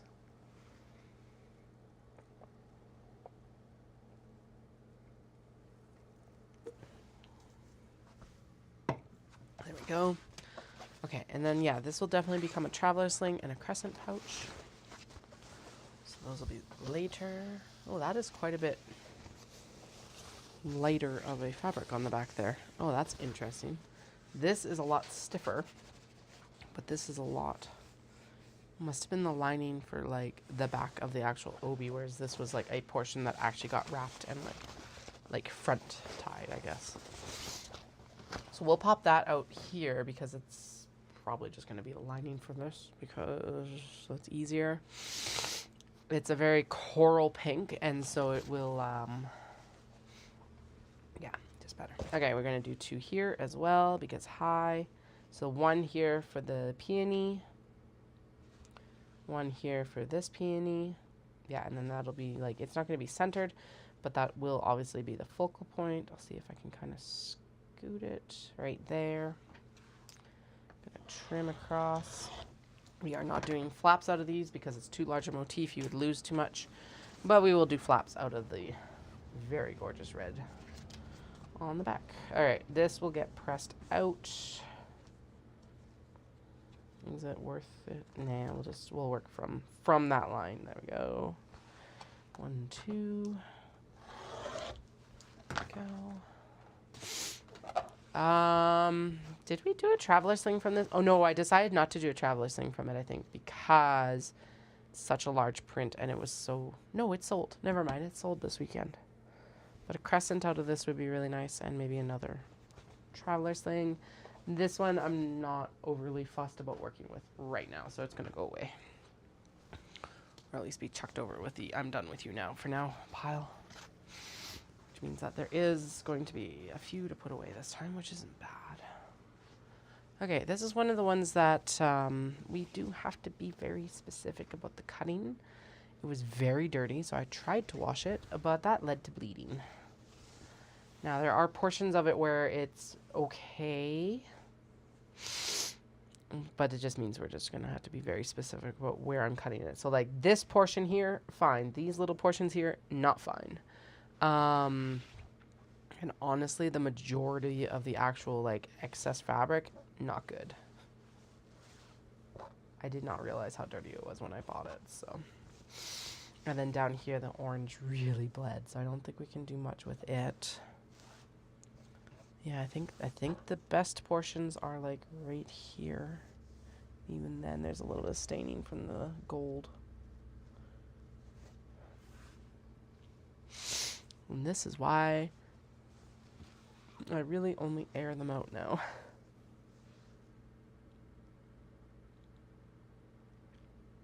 Too much work right now. Okay. It's gorgeous. But yeah, too much work right now. Okay.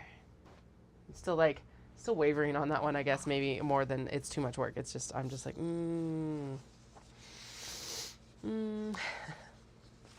Okay, this was intended for lining. That is the back of an obi. Did I already pull the... Okay, good. The interfacing's already out of that one. That one's still in really good shape, so I'm going to tuck it under for pressing cloth because we're going to need a bunch of pressing cloth here in a few minutes anyway. This one, I have not touched this one other than opening it up. Very busy. Obvious. It looks like it is either Southeast Asia or Indian inspired. It's a very different print.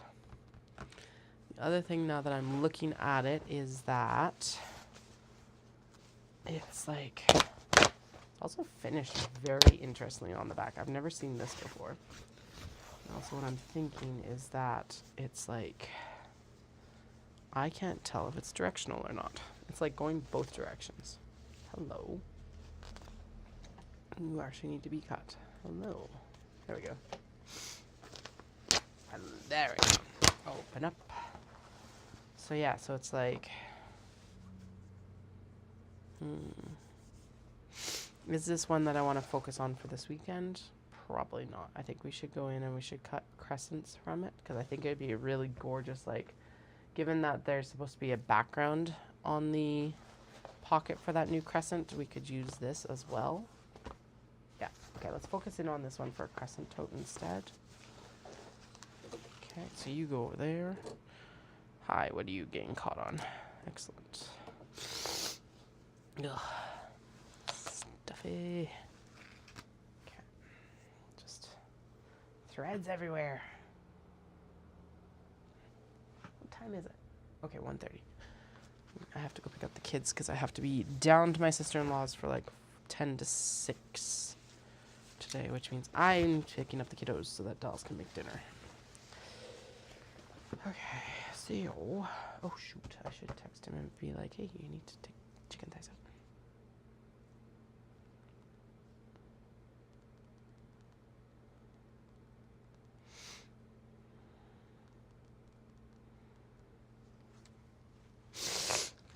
All right, so in this case, we're going to focus in on the poppies over here. Yeah, poppies, and then, yeah, the poppies, I think. Right. Poppies, and then we'll do the flap. I really want this guy. Could almost like, yeah, we can actually center that one on the flap. So let's see. If going, yeah, there we go. So going here for the poppies makes more sense then. I think. So that centers them on that panel there. Cool, right? Yes. Yes. Okay. And then this could be a panel for a wedge bag or something. Okay. And actually, we should make a traveler sling out of this one, I think, too. I think it would look really good. Okay, there we go. So now I'll pop the interfacing out. That's just garbage now. If anyone wants any of that interfacing for stuffing, obviously, 100% you are welcome to it. Let me know. A lot of it is still in, like, gorgeous shapes, so. Da, da, da, da, da, da. That's the lower front. Okay. Because this would be, we could do mid-front. Mid-front. Ooh, look at that. We got that nice poppy there. No, we're not cutting these right now, but I am plotting out just to see what we're keeping out, basically, for, like, the next round of making. I.e., for pretty much next week will be, well, not quite next week. Next week's going to be a fuck around weekend. Fuck around and figure out. Yeah, but we can definitely cut it so that those are there.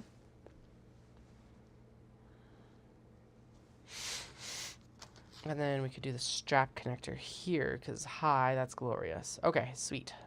That looks really good. It's actually more simple than I anticipated.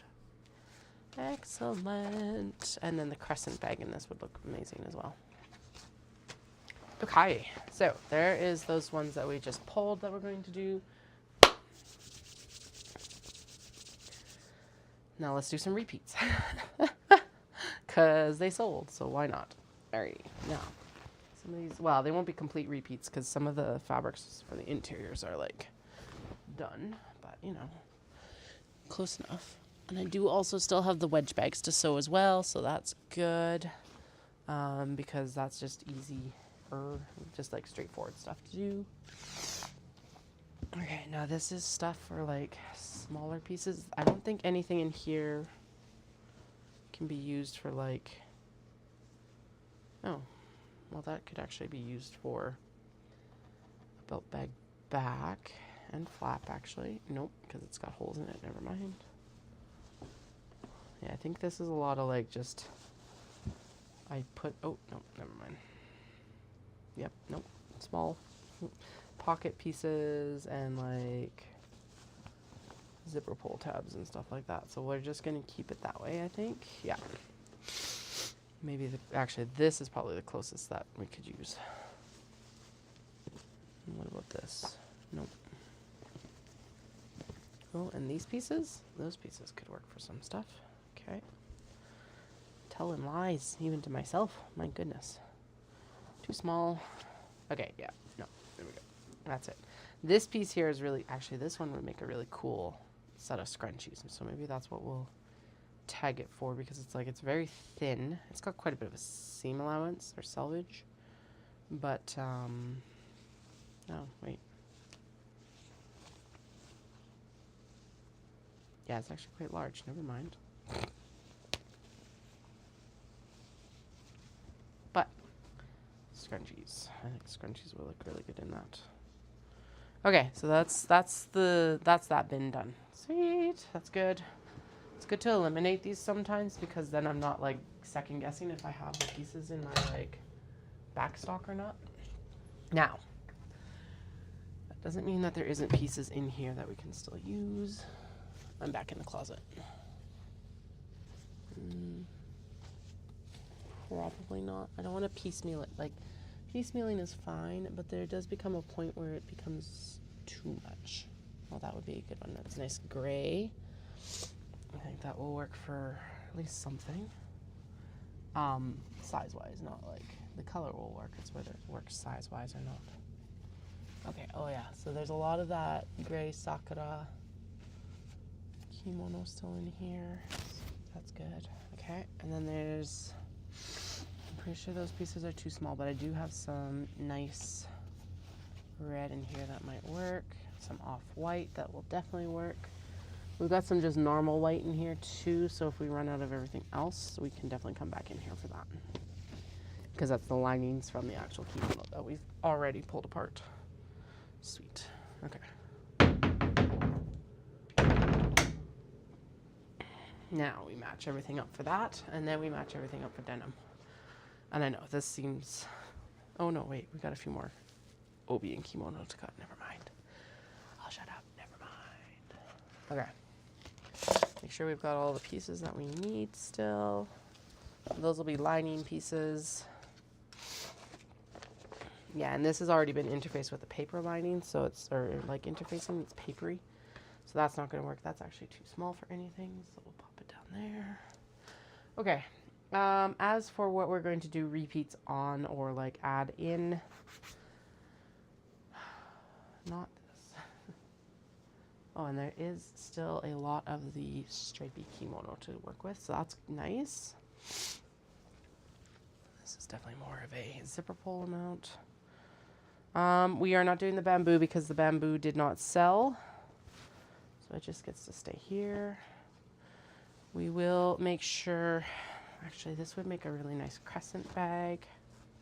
So let's see if we can get a crescent bag and a belt bag and another traveler sling out of it, because all three of those would look really good. We would use this for the traveler sling, I think, for the backing. The peony one sold right away and it looks spectacular, so we'll definitely do a belt bag out of it. We do have to be a little bit careful where we cut here because this one was obviously well loved. It is silk. Heck, there might even be some like moth damage, who knows, but I can definitely cut around that. I'm not worried because I already did. This one already sold, so let's get that one redone. We'll also do the butterflies again because it was spectacular. I do also want another traveler sling out of these butterflies. Okay, that one will work for a traveler sling, but not for a belt bag. It's too busy. I tried this one with like, it's got like flower wagons and stuff on it, but it doesn't work for the belt bag because it's too much pattern, but it will work very well for the traveler sling. And actually, I've got enough, I think, of these peonies that I think we should do a traveler sling out of them as well, as long as these pieces are large enough to do them justice, which I don't think they are. Oh, maybe, I don't know. I don't know about that one. Maybe for the crescent. So we'll pop it over and we'll size comparison it for the crescent later on. We've got some blue stuff that's already interfaced. This one will not work because I tried and it did not. Get out of here. For now, it's like one of the thin ovies, but it's like two very different patterns, so it just doesn't work for what we're doing right now. There's a good piece for this. This is not 100% sure why this was cut off.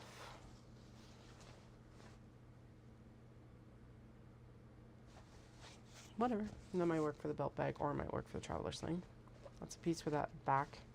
This is for this obi right here, which is spectacular, but we are not making belt bags out of it. I'm debating if we're doing a traveler or a crescent out of it. It's a really big pattern, so I don't think the traveler works very well without cutting it up too much. Yeah. Unless we justify it up. Oh. And we put the lower front here, maybe. That might work. Do miss a good portion of this, but the strap connector could go in there. I don't know. I don't know if this is going to be a traveler sling or if we should try that new crescent pattern. One of the two, but I do want to get this one used up this summer. So that's the goal for that one. We are going to cut into the red. I went no on this one for the weekend, but we'll cut into it for today. I think we should do another one of these guys because it pulled a lot of, well, it sold instantly pretty much. Or should we focus in on, is there enough patterning? I think there's enough patterning to do a belt bag, a crescent, and a traveler sling. Okay. Especially if I just focused in on getting a cut from the belt bag at the top here, and then we used this for the flap. Yeah, okay, that could work this time. This is another one where it was careworn and I tried to wash it. It didn't run as bad, but it is not looking its best either. So I think we'll set it aside and I gotta decide what to do with these ones because it's like, they're in the closet. They're like, use us! And I'm like, you're so pretty, but you're not at the same time. Okay, and then I do have one here, but I'm not going to even worry about it. I think we're good. I think we got what we're going to be able to finish on, because most of the sewing has to happen tonight. Friday, I guess. Actually, it's going to be Friday at this point, because what we'll do today is we're going to cut an interface and then go from there. Okay, more lining pieces available. Howdy. Okay, so yeah, I think all of these will be good. All of these.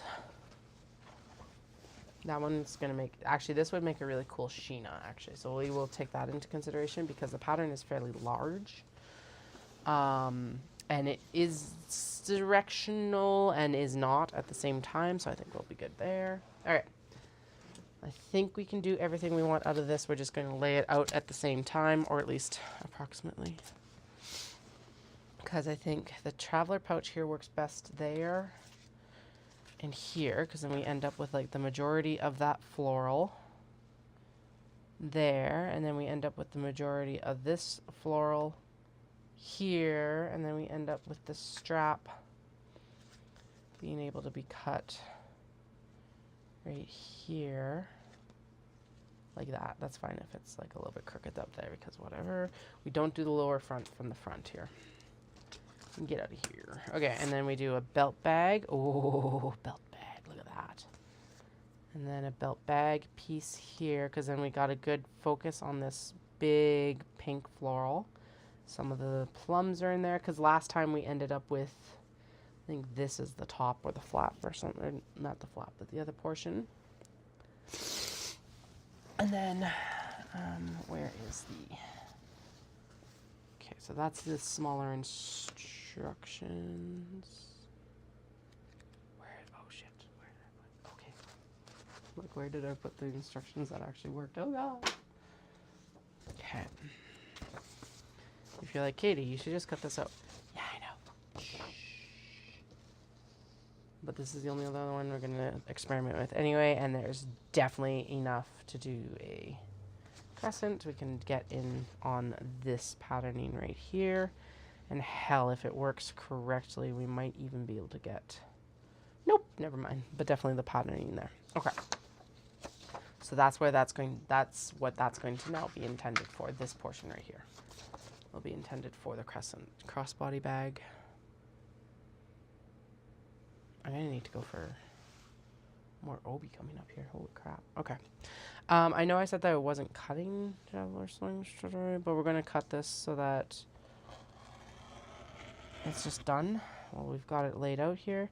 I'm very pleased with the placement, I think, of these florals. Let's actually take this out now.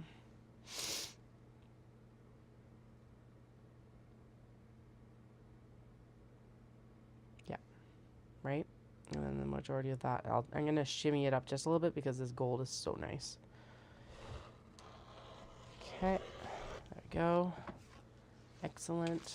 Good. Belt bags.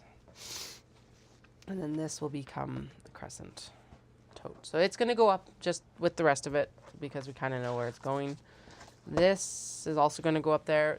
So the curved one is the traveler sling piece. We've laid it out on that. This back portion is just going to go up there as well because that's might be, if we can actually use it for the crescent, we will. If we don't, we'll use it for the traveler sling. I'm not worried. Okay. And like I said, we'll end up, like, we're going to do all this and then we'll go in and choose the lining and then we'll go in and interface everything. The interfacing is going to actually take, takes a decent amount of time, but it's not like an insane amount of time, I guess. Yeah, and like I said, this is, so I think this should be the flap right there, and then I think this should be the or sorry, this is the front and this is the flap. Like I said, this one does need a little bit more TLC. It needs a little bit more shimmying around because we do have some silk damage here. There's some silk damage on the sides. That's why I actually use it pretty sparingly, but it is absolutely spectacular. All right, good enough. Let's just interface that whole piece as well, because once it's interfaced, we can definitely use this section in between for stuff. Go. Okay. Now this one I did cut and use, and like I said, it's sold. We did this back piece as the actual flap, and I think we might do that again because it was fun. And then so this belt bag, we were definitely on a different portion of the kimono. This is such a busy print that we're just gonna lay it down and cut it where it lands basically, which is right there. And then did I not throw a piece over here? Oh yeah, and then we'll use this as the flap. So the back here portion, we could use this. That's boring. We'll use this. All right, so we're gonna trim up this rectangle here for the flap. Then we'll trim this up for the, no, that's the front. We'll trim this up for the fold, for the flap. Could do, I think it's better this way because then you get, which actually we might have done it this way. It doesn't matter. It really doesn't matter. Whatever. I need to vacuum my desk again because it's getting like, yeah. Oh, right. I have an order at Safeway. We're planning a traveler with that afterwards. Let's do it. Let's just say that's going in for a traveler. Okay, so what was this actually cut out for? Was it just here? And I was like, eh? Which is also totally possible that I was just like, ooh. Okay. Now, so last time what I did is I focused in on the butterflies on the front, and then I focused in on this patterning on the side, but honestly, this butterfly here is too good. Or there's actually a couple really good butterflies. It's like, okay, so that, I want this big guy. But there's also this like white one with like swallowtail right here. Bye. Bye, have a good run.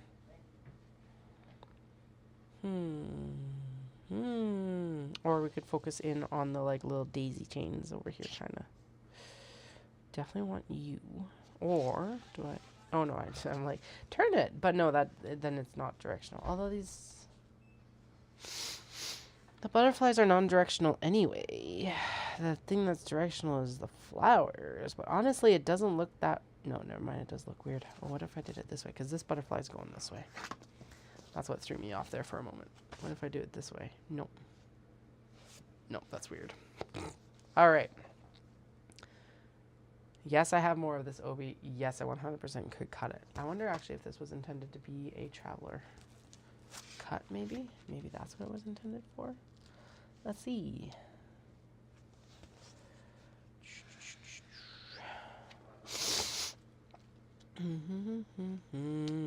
Or maybe the back portion, which I haven't actually, because I did, when I made it last time, I did cut it with the back as the back. No, it's too short, so maybe it was a mess up cut though.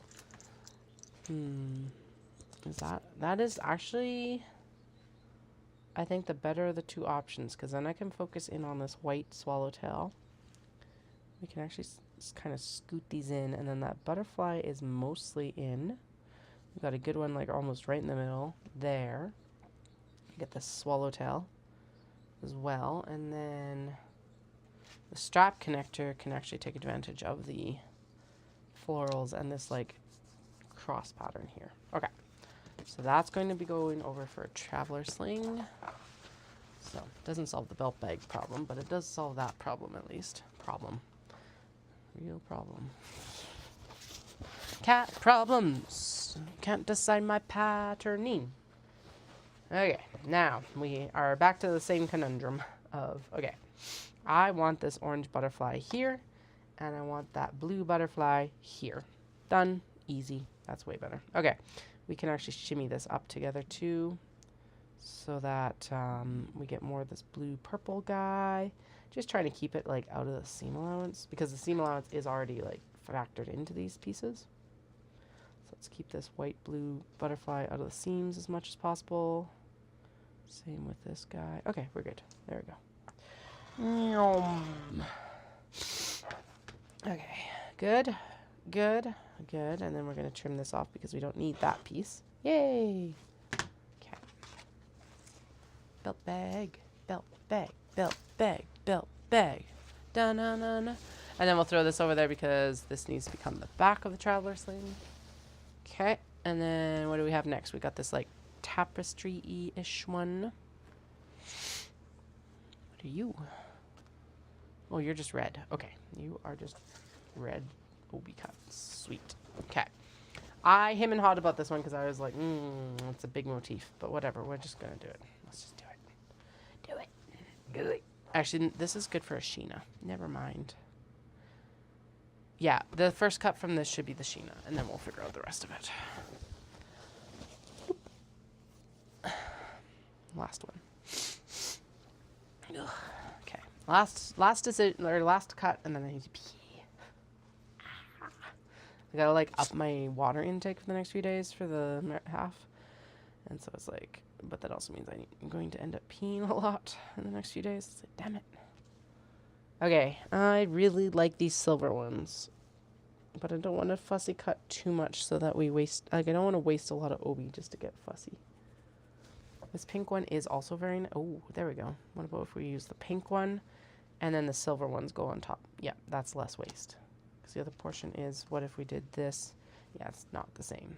Okay, so the front might be a little bit more demure, but then the flap will have these two silver pieces. Okay, done. I don't know. Oh, there we go. Okay, and then I think this will be a really nice crescent bag and a traveler sling, because I think that that's a good pattern size for the traveler slings. I 100% should be traveling with my, oh fuck yeah. Yeah, no, I'll definitely be traveling with my, my patterns now, just because it's like, ooh, we could do like them right over the zipper. That's cool. Or just, yeah, no, there's lots of good options still there. Okay. And then in this case, I think we would end up doing the back from this obi as well. I think we should trim down and do the lining from for the belt bag and stuff like that, and probably the traveler, but mostly the belt bag from the actual obi here. Mostly because there's also like two pieces of it, so I might as well. We'll trim this down. No, there's another good flap actually. So I won't trim that down, but we'll work from the other end of it. I don't know why I threw it on that pile because we're just doing them next. All right, bee time, and then I'll be back and we will do interiors, denim, and interfacing. And try not to freak out.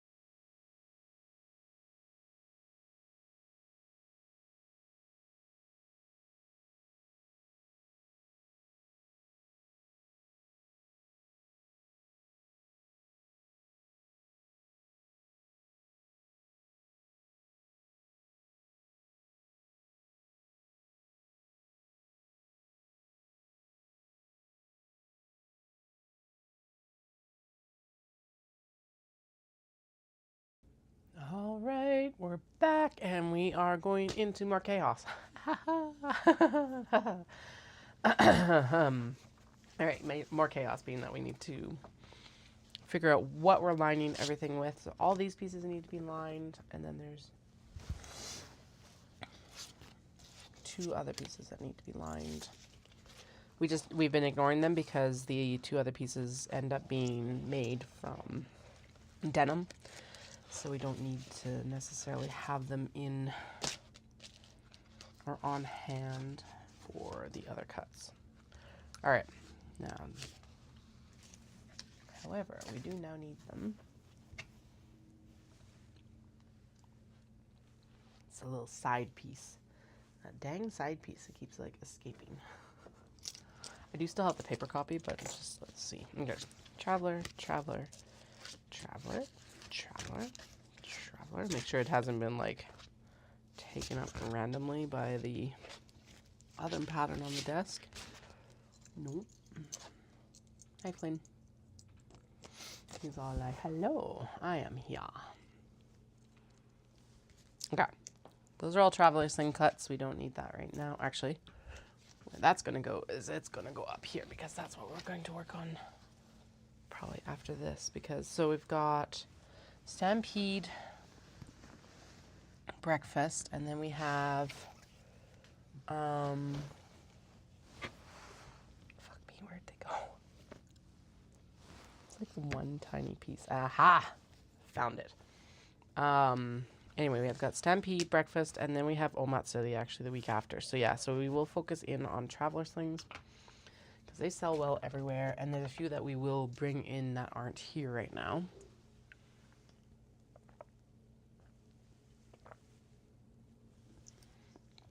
And thinking of the color palette of some of those, this blue obi is going to look gorgeous in some of them. So maybe focus in a little bit more on that. Okay. Flin Flon, I need my obi, honey. Oh, I know. How you doing? Well, your head's doing pretty good right now, ma'am. Yeah, looks like it's mostly just itchy skin, hey? Yeah, you agree?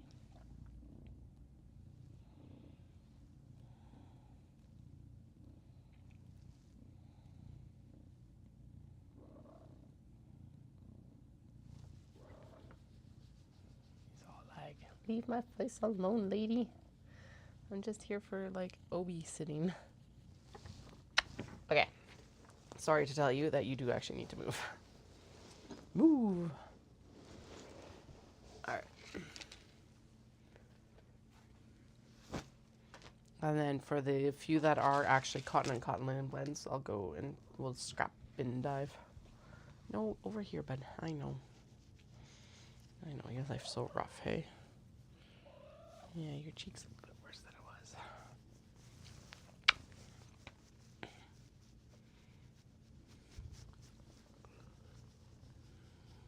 All right. Let's get her done. Get her done, get her done, get her done, done, done, get her done, get her done, get her done.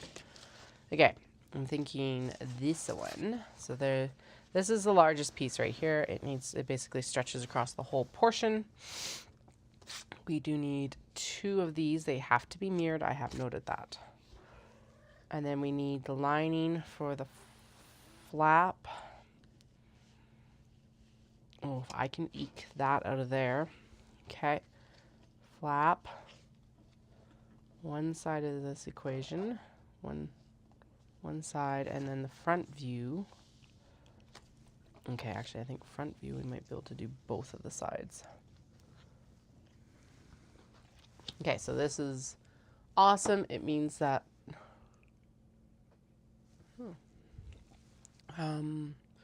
we can just put it into one of these guys, which I think should be one of the fan ones here. Then what did we decide? This was flaps, right, I think? Yeah, this was flaps. Okay, so flaps, and there's one interior, so we need a second interior. I wonder if I've got any other red pieces, or if we should use, actually we could use the stripy fabric for this, which would look good too. Okay, so we're just going to like interface this whole piece, but there is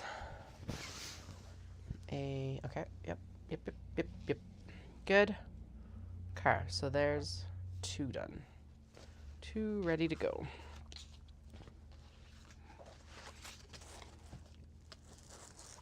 Okay, and then we need to choose some denim for it. I think actually that looks really good right there. There's a nice dark denim to go with it. Yep, sweet. Okay, so boom for now. I think I can get 2 or 3 bags out of the denim for this. So, okay. And then we're going to do 1 out of this. So we've got, now granted, I almost should trim these down just so I know how many I've got to like do. 1, 2, 3. Yeah, so there's 1. Is it better to go this way? No, it takes up more room that way.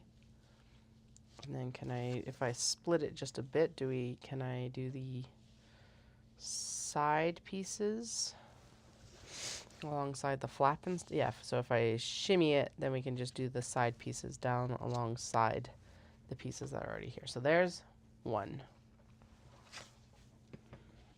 Actually, do I even need to shimmy them down? Because honestly, they should be the same height. 1, 2. Yeah, okay. That's fine. Okay, do you know what? We are going to trim this down, and then it's a little bit easier to manage anyway on the steam press, on all the things. Okay, so there's 2 down. And then what's next? We've got, right, we're going to use this for the interiors on that other one. The, wherever it ended up. It is right here, right? Yeah, okay. On this guy. So we'll work from this side on this one because that's the best option. It does actually need to be ironed. And it is not wide enough for the back of the belt bag. Is it because the selvage needs to be folded out? Will it be salvaged? Or do I need to cut it? Nope, it needs to be cut this way. All right, interesting. I guess it's obi versus kimono. That's probably the difference. So 1, 2, 3, maybe 4. Let's see. Okay, shimmy you down, shimmy you down, shimmy you down, and use a weight. 1 right here, 1 right here. Then another, maybe right here. Yes. So if I shimmy that there and shimmy that there, and you stay there, can I plop this right? Yeah, it's tight, but it'll work. Okay, sweet. I will leave a little bit extra down on the bottom here just for like shimmy room. Okay, so that needs an iron before it goes out. Now, I think that's also a good, yeah, that's a good denim right there. So there's 3 of them ready.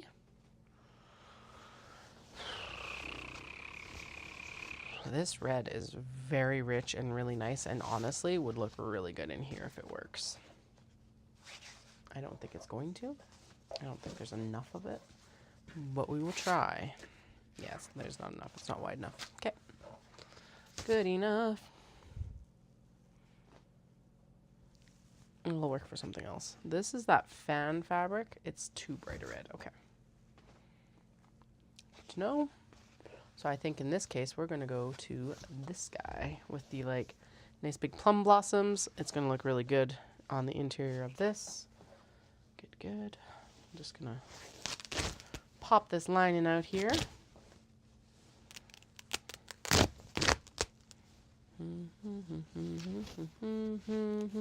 Kids have a zoo field trip next week, and so I've got to go shopping for like waxed canvas in Calgary, and it's like, oh god, where do I go shopping, or when do I go shopping is the better question.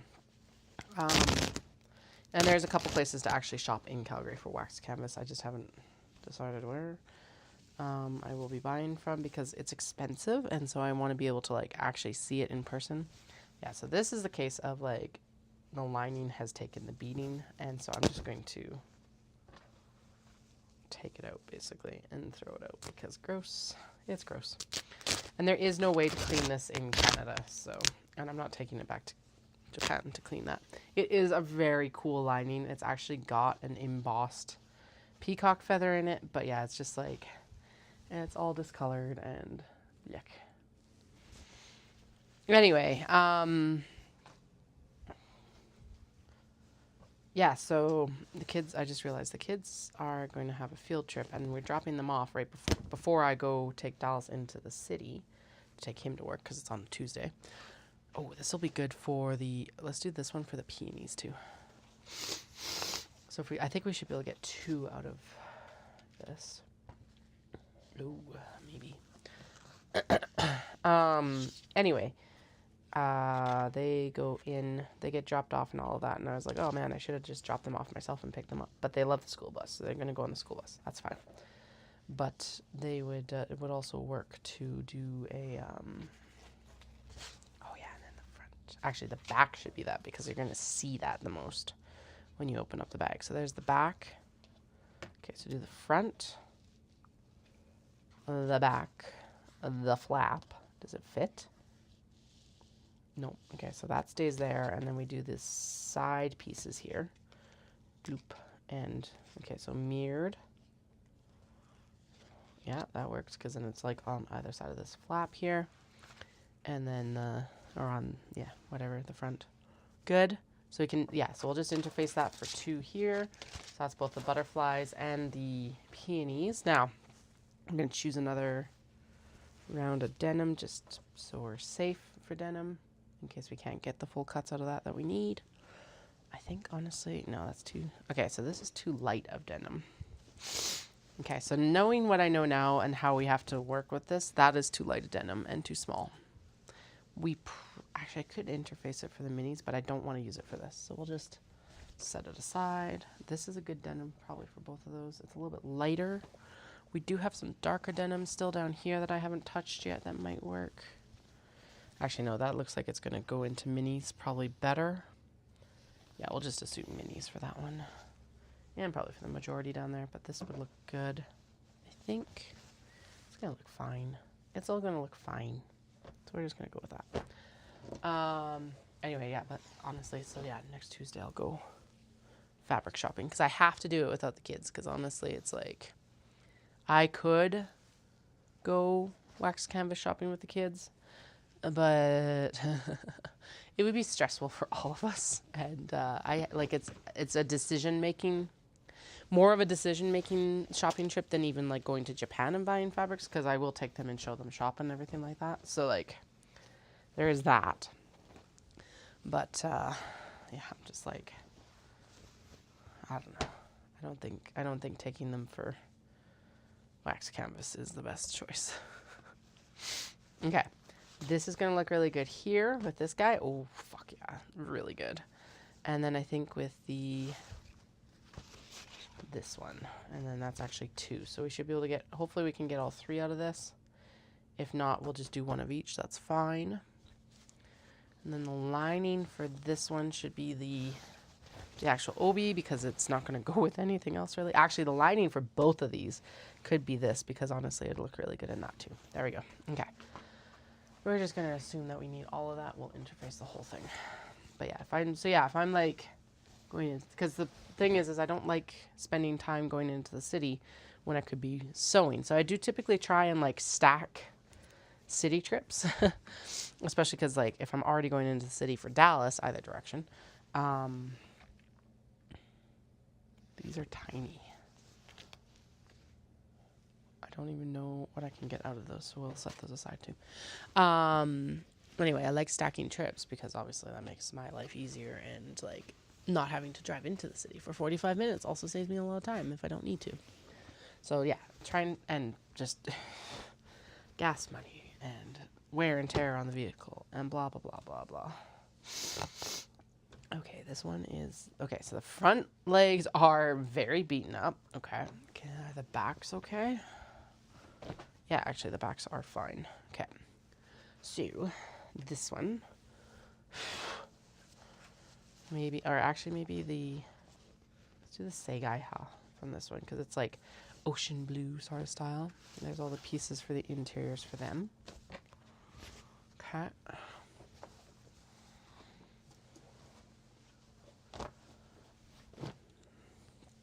And then, so I should chat with someone that I know and find out if she uses waxed canvas. I don't think she does. I haven't seen anything that she does use waxed canvas, but who knows.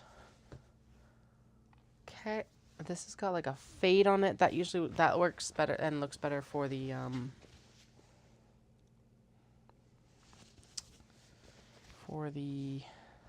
minis. All right, I'm gonna go grab the other bin. Am I not? Ooh, we're down in, okay. There's a lot of like little pieces down here. Aha! I'm like, I want some dark jeans. And there's, yeah. They're all the way at the bottom. But there is a pair. There's another pair of dark jeans. A little bit thinner again, but that's okay. Will look really good. Sweet. Okay. I think dark jeans for these guys. And then, actually, let's see if they'll work. Yes, they'll work. Just barely, but they'll work. Okay, sweet. So definitely can get 2. Because here's the thing, is that the front is smaller. Oh, we might be able to get 4. Sweet. Yeah, I think we can get 4 out of this. So let's plan on 4. 1 and 2 and... No. Oh, how many of these were we making? Or was I just interfacing this whole thing because we were doing, right, 3 and 4. And then I was just going to interface the whole thing because we were doing Traveler Sling. But the problem is that I didn't account for the fact that there is a seam in the middle for the Traveler Sling cuts. It doesn't matter. Just do the whole thing. Okay, and then we have 3 and 4. Actually, there's 5 out of this, wasn't there? We're going to ignore this one for now. I do really want the obi from that, or the thing from that. But that's a lot of commitment right now. Oh, there we go. This guy. So 1, 2, 3, and we've still got the... I don't know if I want to go dark for this one. Oh, no, that does need dark. Okay. 4. And then we need cotton linen and... Okay, so does it fit on like something like this? It does. And then the rest of it fits probably on the other side. So there's one cut, like one bag out of one leg. Oh, maybe not. Because where does the flap come from? Where does the flap go? Okay, let's... What we can do is we'll open up this side seam.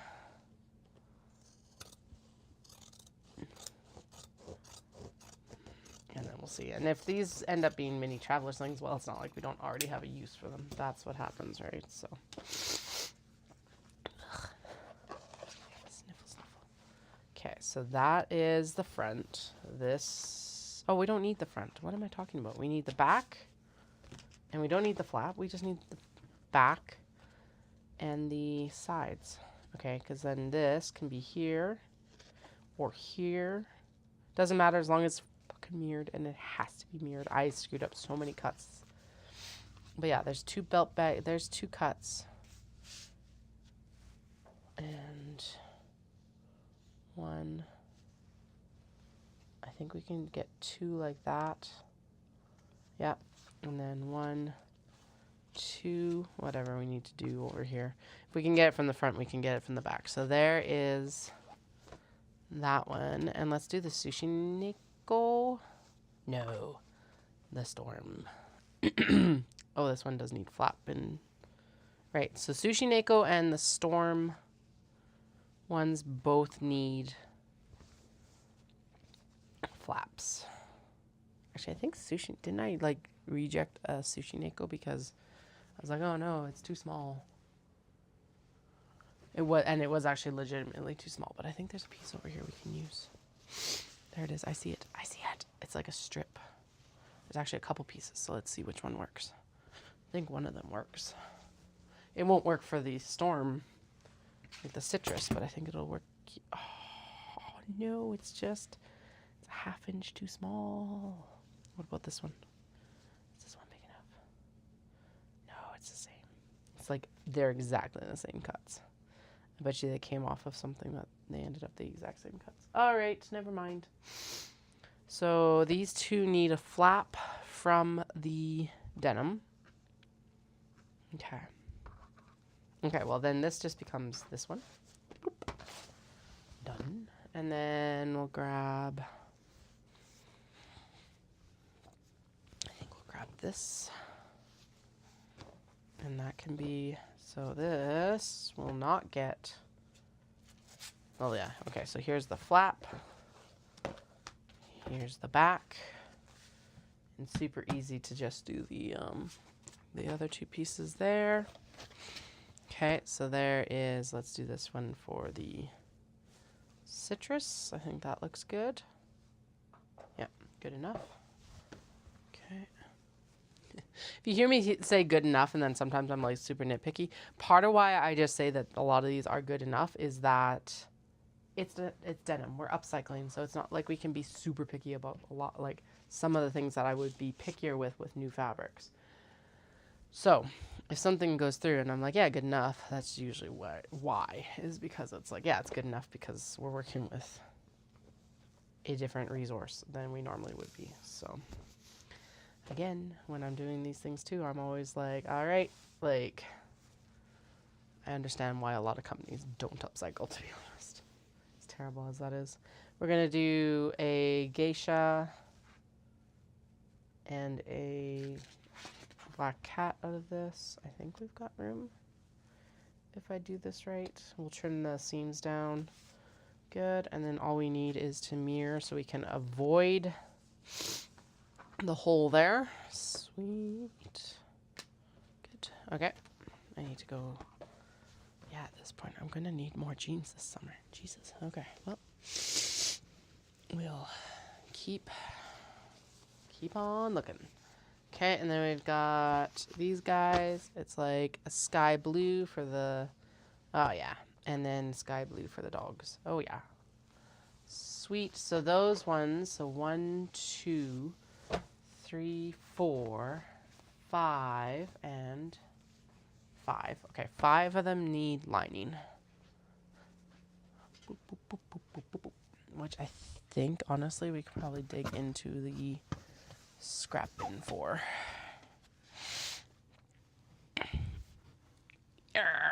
Not the Obi scrap bin, the cotton scrap bin. Actually, yes, I know we can because we can also dig into the triangle pouch cuts because it's a very similar dimension to the triangle pouches, which are right here as well. Okay, so we've got. Yeah. Okay, never mind. Actually, there's a good cut for. Nope, never mind.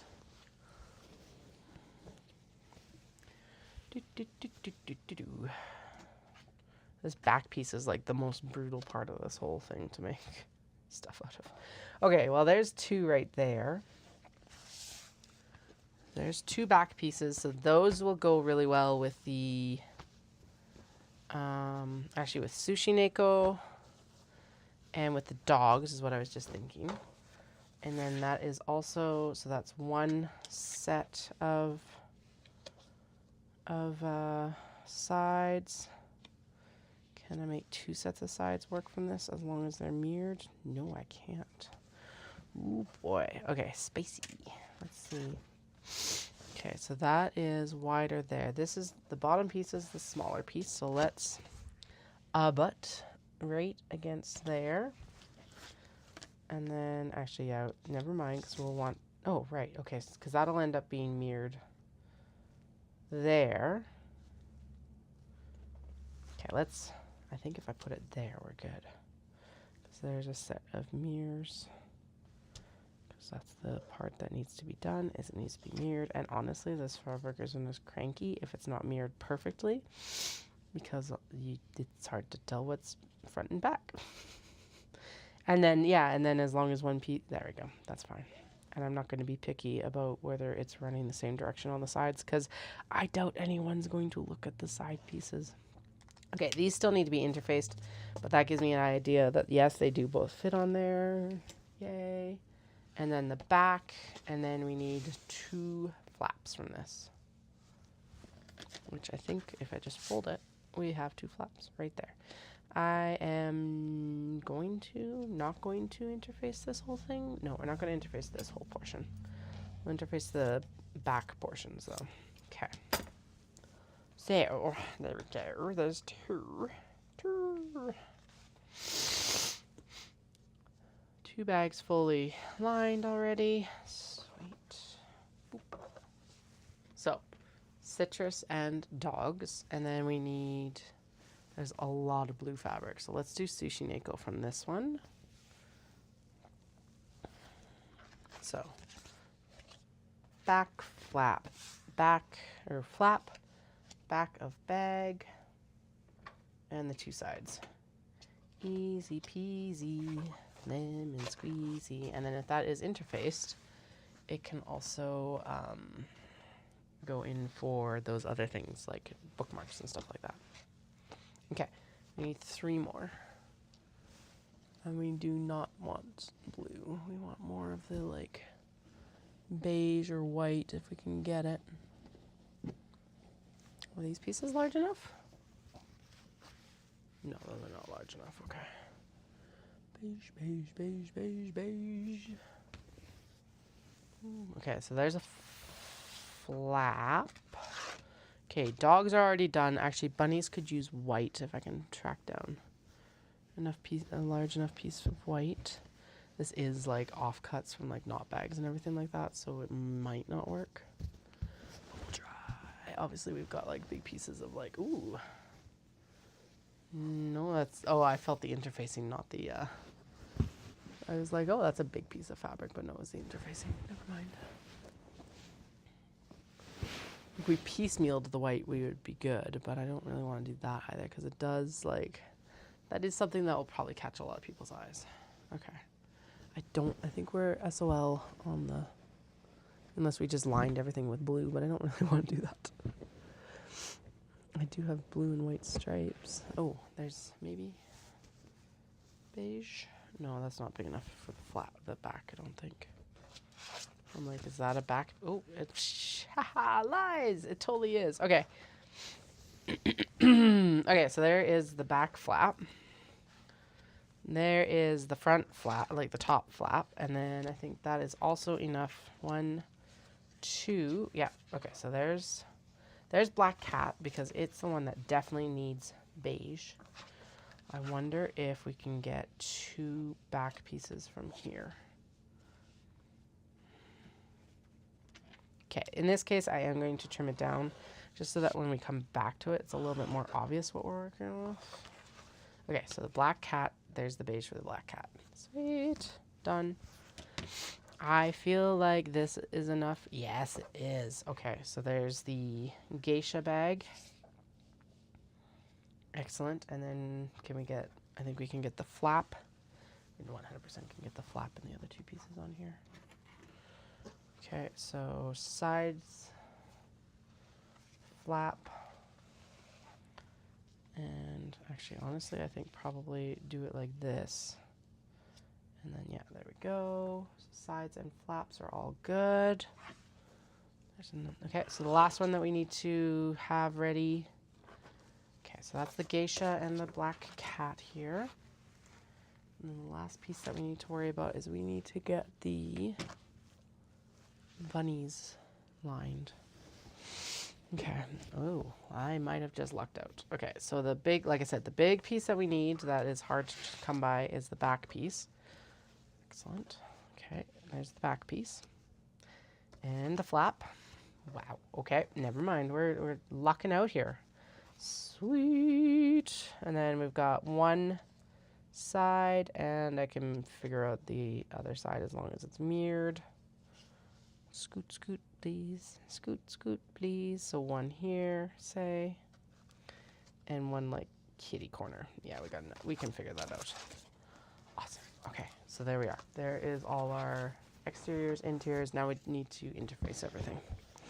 And our denim, actually. So we're doing good. Okay.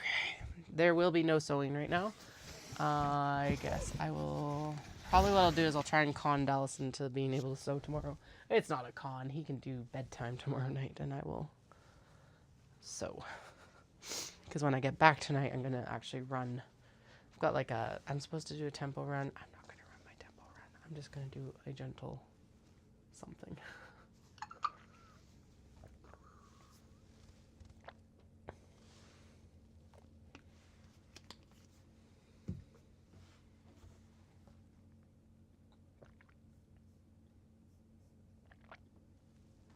Okay, interfacing time, which means I need the iron and all the other good things. That mainly being, what do I need? The quilt board, that's what I need. I'm like, there's something else we need. Okay, shears out of the way. We will not set the quilt board on them like I did the other day, hopefully. Fingers crossed. All of this is to be worked with later. So that's good. And by later, I mean like next week-ish. So not that much later. Just not right now. But we have given pretty much everything in that pile a purpose. Now, yeah, quilt board and the iron. The quilt board is just nicer to set on here. Because then we can just, I don't have to I don't need the ironing board to do this right now. So, all right. Ugh. And then I need the iron. Where'd the iron go? I think it's over here. Yet. It's been cranky and leaking. It's like probably time for a new iron. I have been saying that for probably 3 years now. Actually, yes, definitely for 3 years, because I started saying that after I was like, started really bringing fabric home from Japan again, of like, oh God, this thing is very cranky. Just like, it doesn't hold its heat as well and stuff like that is the main thing, actually. So when you're, and like, in small bouts, not a big deal. In bigger bouts of like, ironing yardages where you just want to go, a bigger deal. So it's probably one piece of equipment I really should invest in this year is another iron.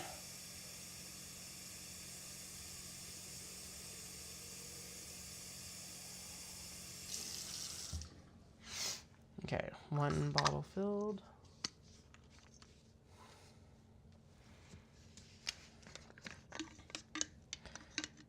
Oh, these kids have absolutely destroyed the sprayer on this one. All right. Not that I use the sprayers. They're just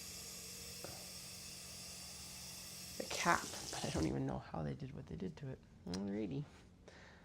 It's like they took it and like bent it or something like that. It's like very damaged, which you can't, oh yeah, there we go. As I rotate it, you can see it better.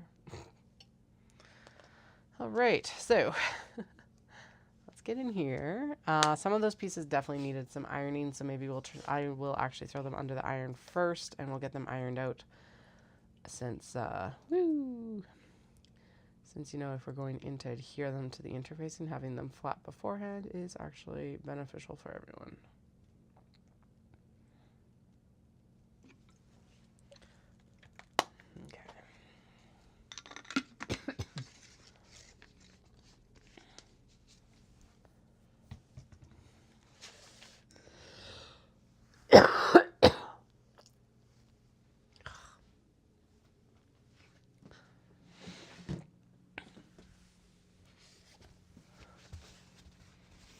Flynn's all down here like, yeah, I finally found my pile of fabric. Why is there so much gunk over here? What was this? Okay, well, it might be... Actually, what I should do is I should throw a pressing cloth down underneath it. I.e. a piece of obi. Nah, fine. It's all good. It's not going to... I already know it's not going to transfer because it hasn't yet, so... Okay. Let's get some of these smaller pieces also, like, ironed just to make sure that they are actually ready for interfacing. And then, yeah, I know I did not do this with the other ones, but whatever. Production style changes every single time. And the other ones came out fine, so I'm not overly worried about this. And obviously, I'm not overly worried because I just zip zip. I'm more concerned about like, well, this, because it's been in the like scrap bin for a while. I know it's crazy to call these scraps, but when I can still make whole bags out of them. But they definitely couldn't be used for stuff like my, like the actual like knitting bags and stuff. So that's why, like, that's the thing. Everyone's looking for different kinds of scraps, right? Because we all work with different types of scraps. So, and honestly, my definition of scrap is getting quite a bit smaller than it used to, so. Because I definitely have also heard people refer to scraps as like, when it's like under a fat quarter, basically. That's what it seems like. I'm like, whoa, okay. That's a very large, for me, that's a very large scrap. But I guess it, like, yeah, if you're quilting and that's what you're using, then that is a scrap then. We also know that I am drowning in scrap. So this is not a moral judgment on anyone because, my God, it would be nice if I could actually talk myself into getting rid of scraps more often, I think. So, although it did do good the other day. Someone came and got like all of the scraps. They came and they took all the canvas. They came and they took all the Japanese scraps. They did pay for those because I am charging for the Japanese scraps. All the North American scraps are just like, come take them, please. I am drowning. They're not as interesting. They're also harder to get rid of because of that. So anyway, and then someone was like, I'll take all the denim scraps. And I was just like, yeah. So we actually have, for the first time in like a while, we have clear scrap bins. So yay. Also, by the way, yes, these are all obviously jeans that were upcycling. So like they are not bought even brand, like obviously they've been worn. They have been washed though. They have been sitting in like a bin for the last year, but they have been washed. Well, not last year. I don't know, October, November-ish. Maybe not a year exactly, but whatever. Okay, let's trim down. Come on, scissors. I know you can.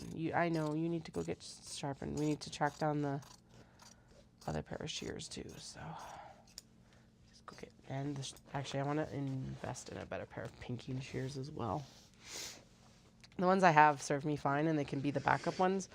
But I think it's time to get. Actually, someone was talking about an antique Singer pinking machine, and basically it's a crank, and I'm like, ooh. I saw one of those come up on Facebook Marketplace, but they still wanted like almost $300 for it. I'm like, I think I can deal with just using the pinking shears for now. But I use the pinking shears for like the glasses case, and it's actually what I should be doing for the curves on these guys as well, is like pinking them too so that they lay well. Although I haven't had an issue yet. I think it's partly because the seam allowance is so large on them, to be honest. So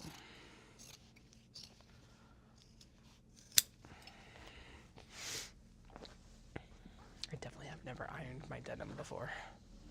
So we'll see if it actually like helps with the production. I don't think it will change much, but you never know. We'll see.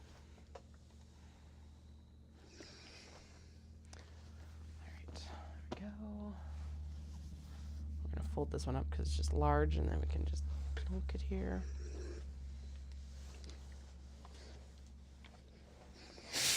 Yep.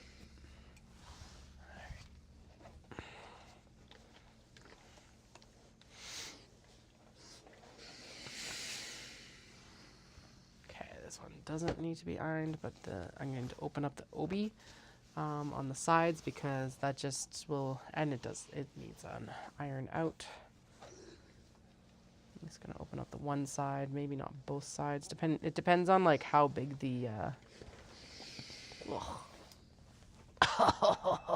Oh, stinky. Whew. Well, that was rancid. Not rancid. Mothbally. Highly mothbally. Whew. I do air all of these out.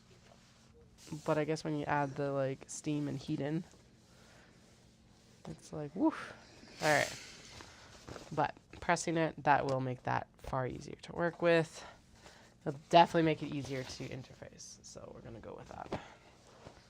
This one I know. Do we have 2 in here? We have 2 in here. So, oh, 3 in here. 4 in here. Whoa, okay. All the OB are in here.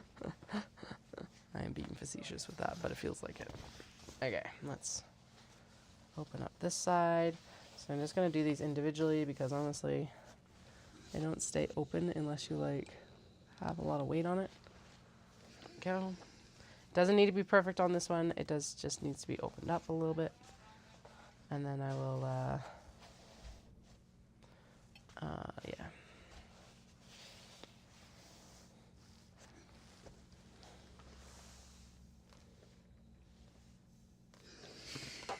Okay, and then we'll flip it back over and we'll press it from the front as well because we haven't pressed anything else.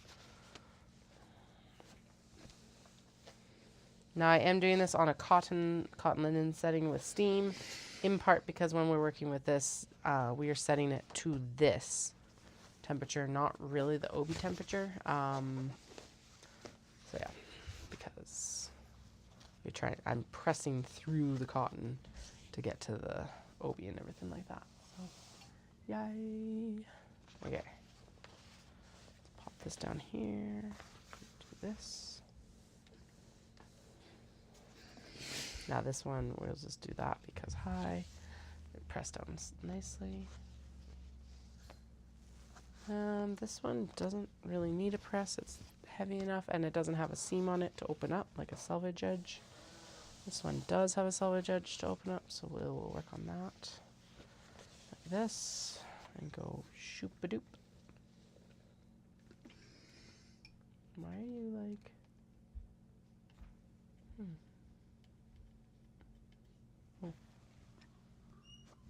Oh no, is that a crack in the actual reservoir? Okay, that's why this iron is done.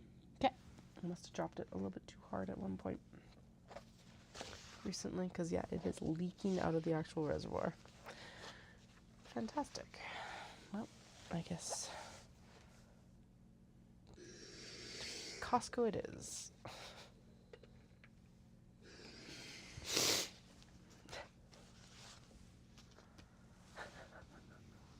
Yay. Good Lord. All right. Well, it's still working right now, but yeah, there's definitely a leak in the actual reservoir. Because I had been noticing that, like, okay, Rowentas are known to leak, right? Like, that's just what they're known for, especially if you put water in it.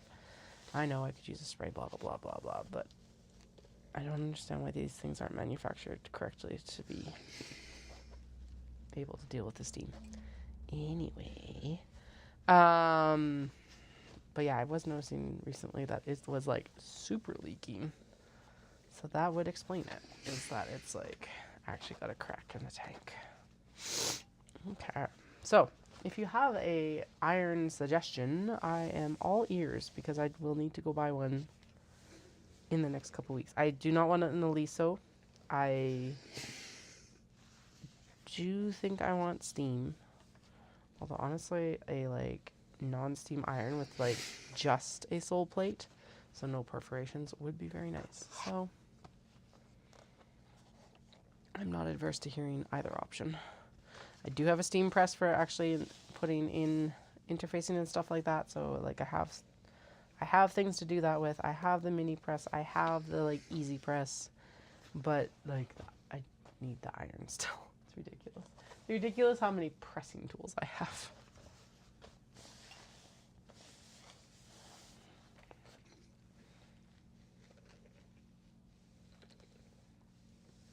I also don't understand why it's like meaning that I'm not getting enough steam to actually steam press right now, but whatever.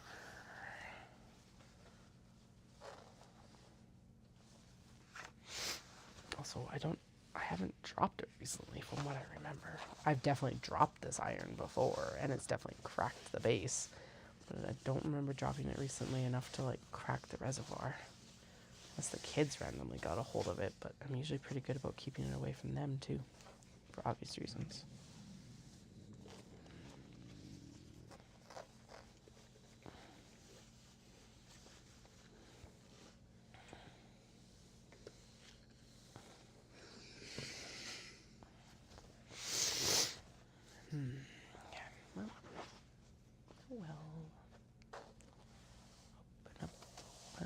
Open up.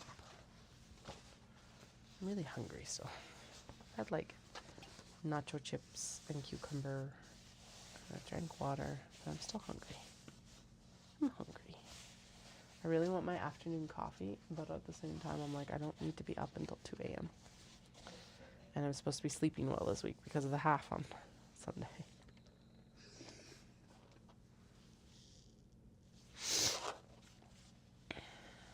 And because I want to recover a little bit from like the craziness that was this past weekend too, so.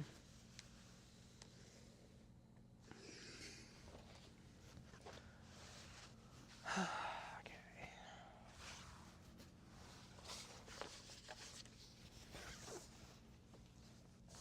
These don't have any patterns, so I'm just gonna go straight in. I don't know why I didn't with the Segai Ha back, but all right, here we are. Whatever. This is mostly to cover up. Yeah, that'll be mostly to cover stuff that has embroidery and things. So, okay, these are all the pieces for the Segai Ha belt bags. It's a little bit different lining on each of them.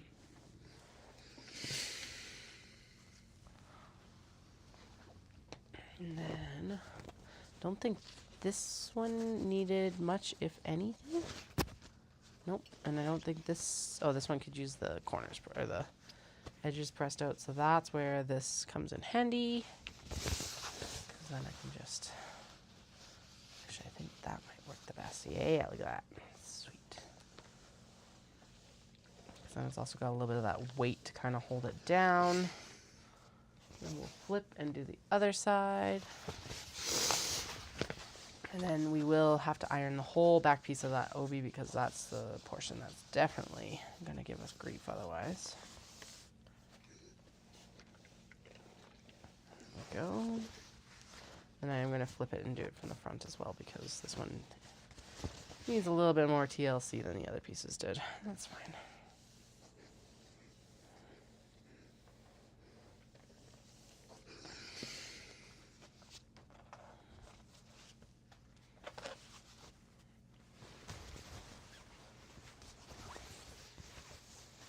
Okay, same thing here.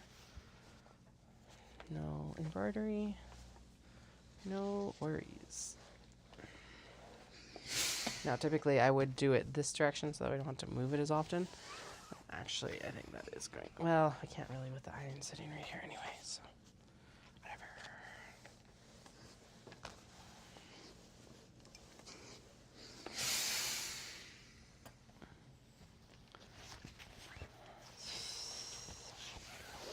Definitely was stored with mothballs.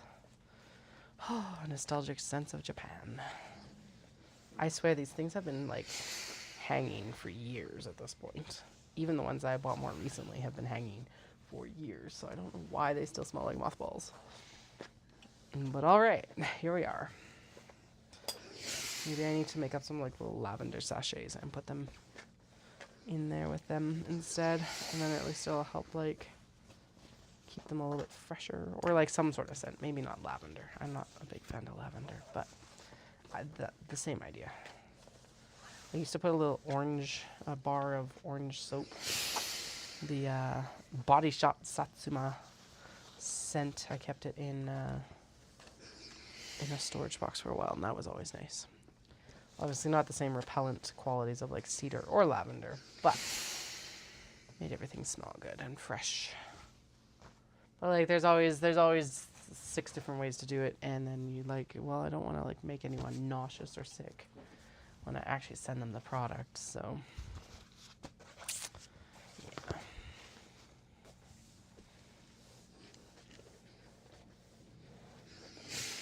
Although I think the orange was one of the more inoffensive scents as well. Okay, 10 to 3.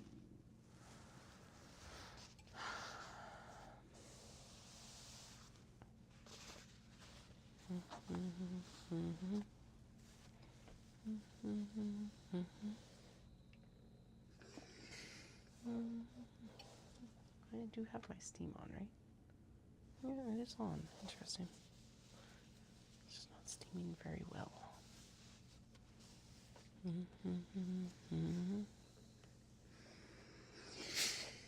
Now it's better. Maybe it's like, maybe it just was too far. Like swapped the, yeah, it was just too far apparently.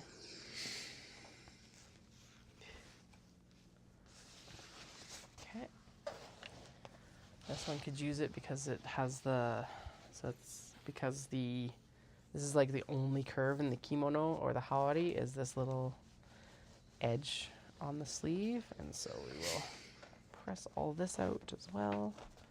Actually, oh yeah, and we got to press the other large piece that we'll have to press is the stripey obi or kimono as well.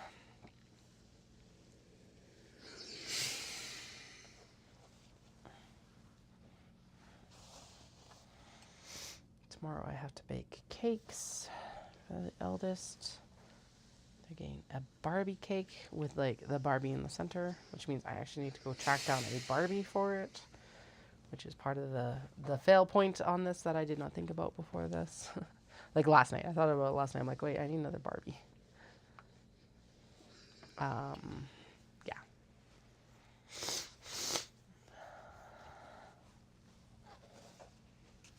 There we go. Okay, this one definitely needs to be pressed out on the edges. This one is the one that really desperately needed the pressing TLC because my goodness, are there some creases in this one?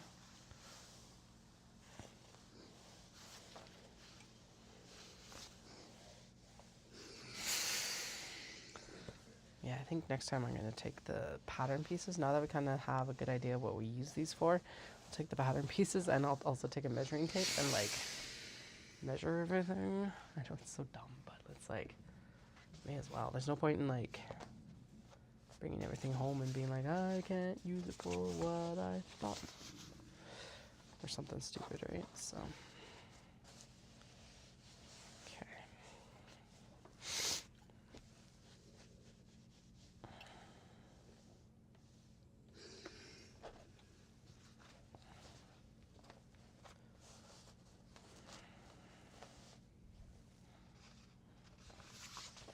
I'm so excited to go get my hair colored.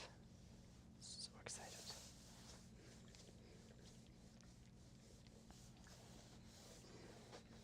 Dawson's like, are you going to do like gradation? I'm like, no, not this time. I'll do that in like, so we're going to go all pink, all over, bright pink. And then in September, once it's like grown out and stuff like that, I'll get her to like balayage it a bit. It's the same price either way. So actually, I think just straight up bleach and color is actually cheaper in some ways because it's less work, really, which makes sense. But yeah, that's what I was. We're gonna, yeah, because she was like, well, balayage it. I'm like, no, we're gonna go all over. And then, yeah, it won't look the best necessarily through the summer as it grows out, but it's not gonna look bad either. So all over balayage and then balayage it in this fall. And then before we go to Japan again, I'll just get it put back to pink again, I think. Just alternate between the two. A little bit less maintenance. And then probably after that, I'll go back to full balayage, depending on also how long I keep the hair and stuff like that. Because right now it's like, it's so short that there's almost no point in balayaging it. So.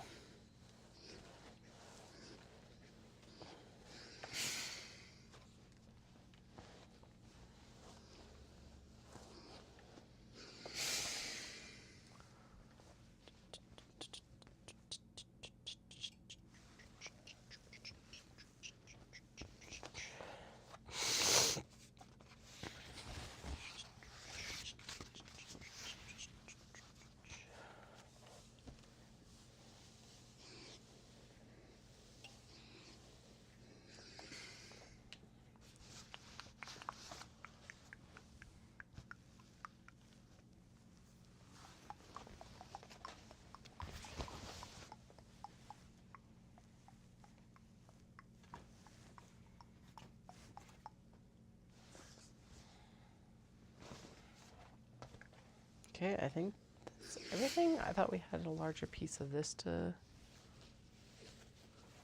iron, but apparently not. I am going to iron this piece just in case. But that was everything that was in the pile, so I'm going to take that as that's everything that we actually need to do. Oh, right. They weren't, right, because we cut them down already. They weren't still in the big pieces. That's why it feels like I didn't have as large a piece of this to do. It's because I didn't, because I already trimmed it down. Right. Okay. This one smells like my grandparents' old place.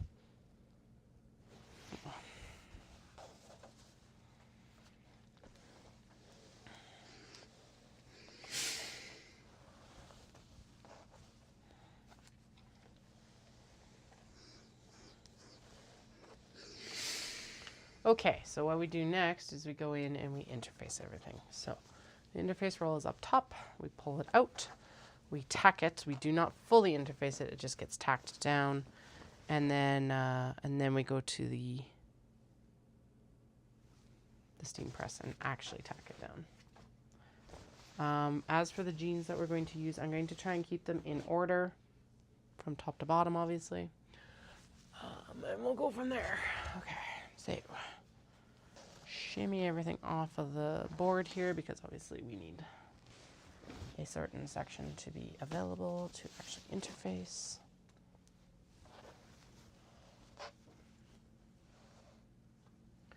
Doesn't have to be perfect, but it definitely has to be better than it is right now. Actually, we'll move the board rather than moving the roll. Yay! Work smarter, not harder. And then hopefully our cuts are square and we don't need to worry too much. There we go. Now the interfacing for that one, or the interior for that one's already interfaced, so we're not going to worry about it. And we're going to go in with the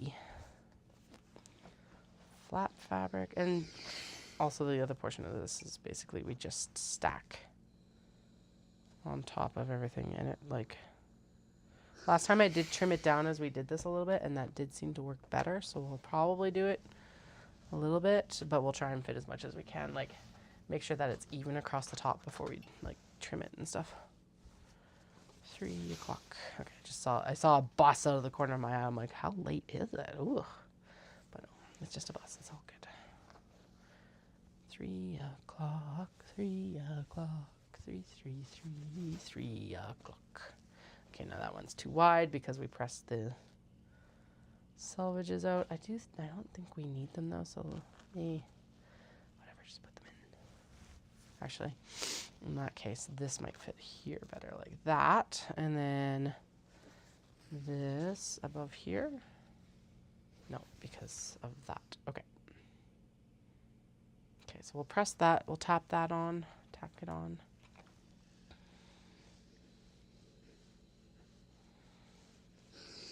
Tack this on. And actually, I think that's the better portion to put this piece on that we just were like, no, it's too big. Okay. And then I'll try and trim it up so that we can get it. Honestly, we can also trim it up after we put everything on. So, although that is more work. Okay, there we go. The sleeve is all in one piece, and I think too wide for right here. Yep. Is it too wide? Yep. Okay, so it's too wide except for right there. So let's start trimming so that we're not quite so bound by what's on here, or at least not as too much. A little bit. Because obviously we're still going to be trimming around the pieces that were here. Okay, and then what I would do here is so this piece is going to be its own piece. So we're just going to shimmy on up here. Like that. And then we're going to do the same over here. Shimmy it. Cut right up to that portion right there. And then we'll just cut all these down. So again, very rough cuts just to get the interfacing here. Again, it's all tacked down, which does what it's going to do now is that when we go to cut the curves, there will be no shifting because the first summer I did this in production quantities, everything was moving all the time and it was really bad. So like as in like the fabrics were moving all the time. So you couldn't even get a straight cut. And then with the curves, the fabric can tend to also shimmy and stretch and everything like that because obviously it's a curve. So if we tack it down onto the interfacing, there's zero chance of it really moving around or anything like that. So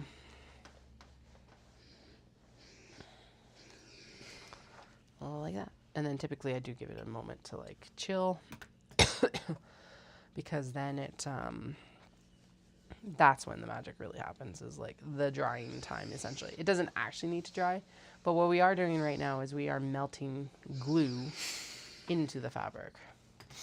So by giving it a rest period, it allows it to actually adhere correctly. At least that's why I think we give it a rest period.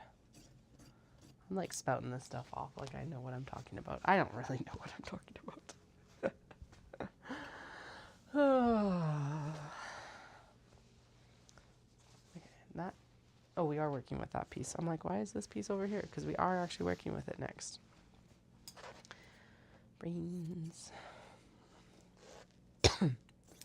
Then all these little offcuts become fodder for scraps of interfacing because, you know, can't leave any scrap behind.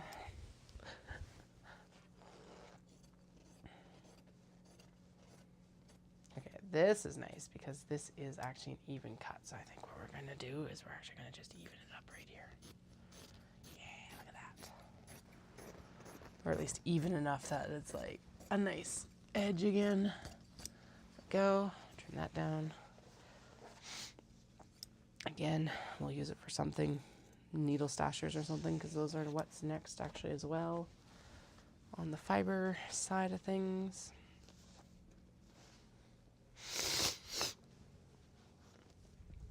I think the next thing we should do is that holiday sleeve because I think it fits across widthwise, and if not, going up lengthwise is easier from the base point. Oh, look at that. Obviously we need to do it from this side, but we're good. It's got a little bit of overlap, but honestly that's fine. We'll be able to get both bags out of it, and then we can always use that piece later. Go. Yes, you're supposed to just hold and tack down. Do I ever do that on these larger pieces when we're tacking? No. So if you're actually looking to apply interfacing, this is not how you do it. This is just so I can get it across to my steam press and not worry about it.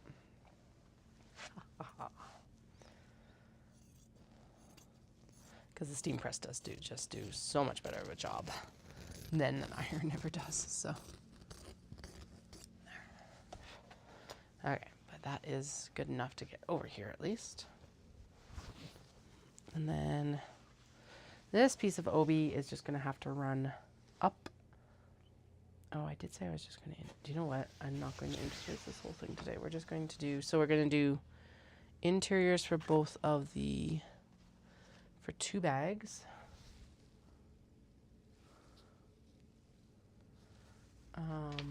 Yeah, okay, so we need lining, flap lining, back lining, which can actually go with the flap. Apparently it's a little bit smaller.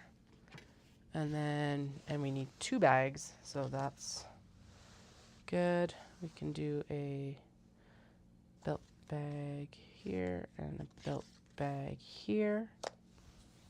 Okay. Belt bag here. Belt bag there. Actually, let's trim it down based on these, and then because this can just go 1, 2, 3, 4 across, and this is pretty even. Okay, so here's 1 bag.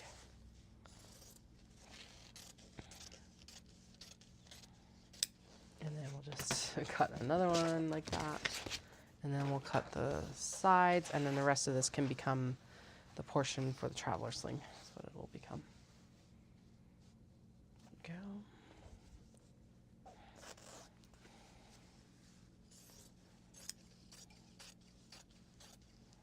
Okay, and then this guy with a little bit of shimmy rim to it. Sweet. There we go. Oh, apparently there's water on that. Lovely. Fantastic. There is water over there. Okay. Done. Boop. Out of here. Oh, okay. That's what's happening. I'm like, why is there nothing else in that box? Well, that's because that's the stuff that was interfaced already. It doesn't need to go to the steam press. All of this has to go to the steam press. La la la. La la la. Oblivious. A little bit. That's okay. Okay. One.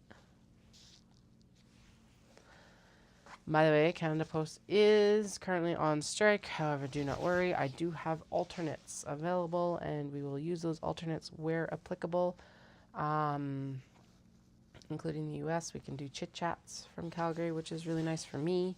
However, we need Canada Post. So please make sure to support the strike. It sucks. I know. It really does for everyone. But they deserve, yeah. They deserve what they're asking for.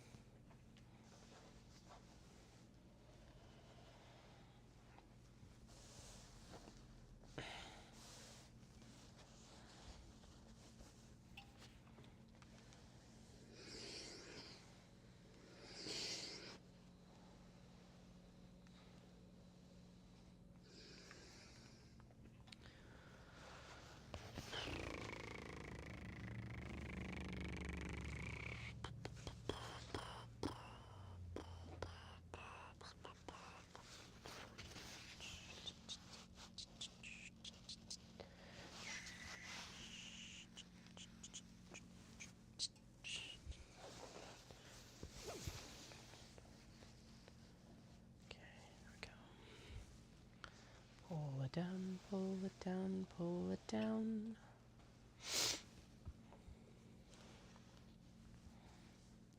There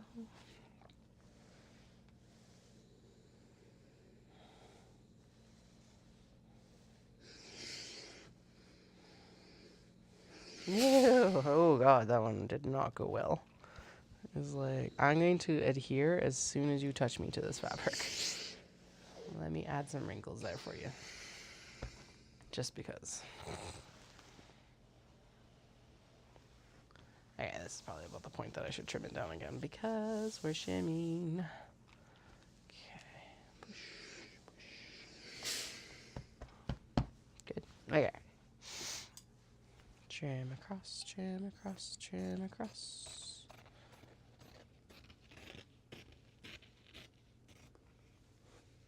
Down, trim down, trim down. Zippity zip. Just a nice zip cut. Okay. Zip up. We zipped down. Now we zip up. There we go. 3 o'clock. All right. So I think what will end up happening is I'll get everything cut.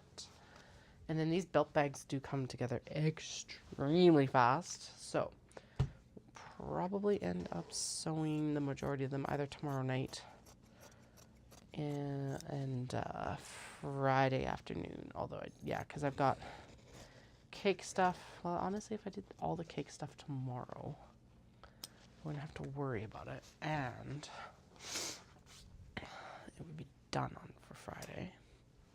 Because part of it, so the jogging around of the schedule right now is the fact that I'm going for that long hair appointment. So. I do need to get these done. So I'll figure it out. Don't worry. I'll get them done. I did sew 5 of them basically the other night. After, I think the only thing that had been done is that they'd had their one side of their zipper installed. They needed the other side forward installed. So I'm not overly concerned. Go.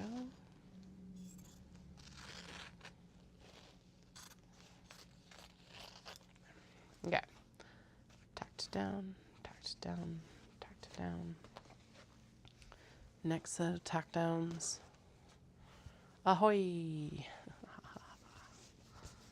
Okay.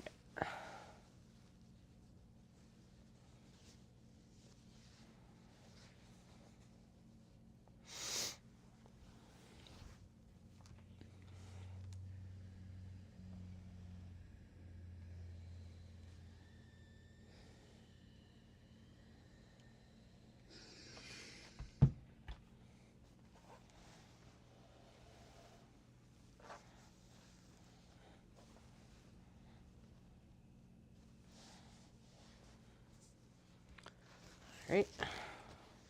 Now, when I put these under the steam press, I 100% make sure that they're covered as well, just as a heads up, because we do not want them melting under the steam press here.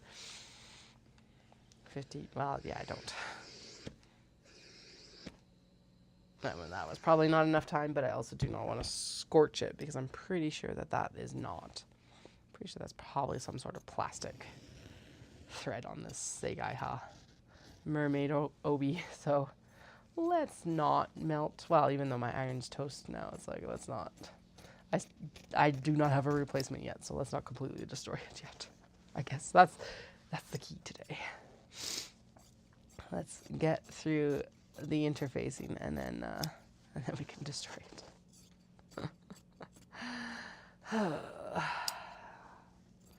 I knew it was coming, but I thought we had at least had another year. I figured I would be able to buy one around the time that we came back, or like just before we went to Japan, so that I could process fabric with a new iron. Didn't think we were gonna need to buy it like this summer. Oh well. I really eventually do want like one of the gravity feed irons. I think that would be a really good one for this. Maybe I should just pull the trigger on something like that. Don't know. We'll figure it out quickly. It needs to be figured out very quickly. So, all right. Here's the next pair of jeans, which means we're into the next set of obi linings. Oh, I'm tired. I don't know why I'm tired. Maybe I should go grab another pop. It's probably not the worst idea. It's another caffeinated drink because I do have to stay awake tonight for at least the performance that we're going to. Yeah. Okay, that fits there quite nicely. Sweet. And then we'll stagger down here, I guess. Actually, if I trimmed that down for the flap as well, then we could like set it alongside the other one, and then we grumble, grumble, grumble, grumble, grumble.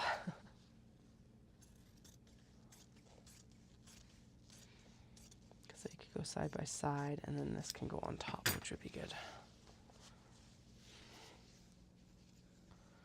Side by side.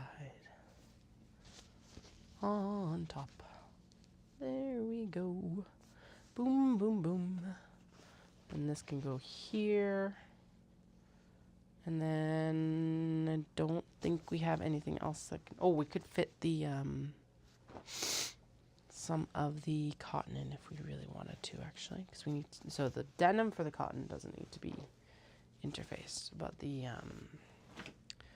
interiors and the pieces need to be interfaced, and I think that would fit there quite well. Actually, I'm going to put the citrus in here.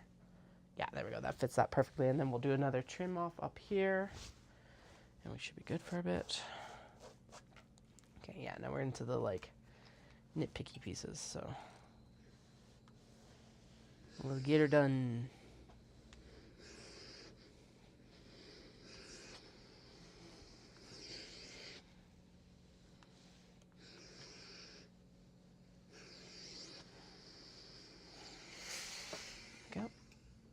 Okay. Trim it down, trim it down, trim it down, trim it down, trim it down, trim it down, trim it down, trim it down, trim it down, trim it down, trim it down, trim it down, trim it down, trim it down, trim it down. Trim it down, trim it down, trim it down. Dun dun dun dun dun dun dun dun. Trim it down, trim it down, trim it down. Trim it down, trim it down. Okay. Go. And then I think probably, well, we'll just trim down all these pieces because honestly, they're all different thicknesses, and I did notice that they do tend to interfere, even pressing them together sometimes. Like, not on top of each other, but just in general. Anyway. Okay, almost there. Yeah, I think we'll get all the trimming in. The interfacing and the trim down will probably happen today. And then I'll see what happens tonight, what my energy levels are like after the show. Blah, blah, all the things. All the things. Okay. Pull down, pull down, pull down.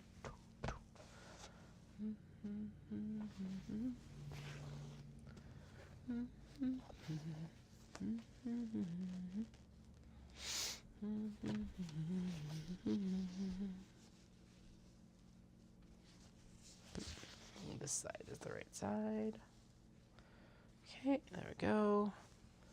Then I think we'll do the same thing here. We'll just throw, yeah, there we go. Throw the looser cuts up on. Geisha and Kuroneko cosmetics don't fit right now, but this looks like it probably will mostly fit. Which I wonder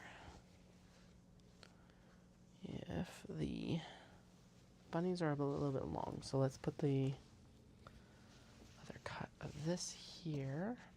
There we go. Yeah, I think that works the best. Does it fit this way? No, it does not fit that way. Does it fit better? It fits up here though. Okay.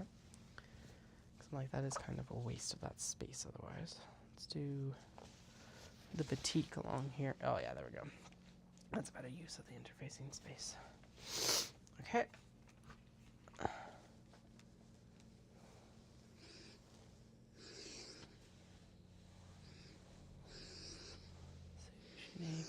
Sushineko, sushineko. Puppers. Puppers are next. Okay. Push it down. Move it up a little bit.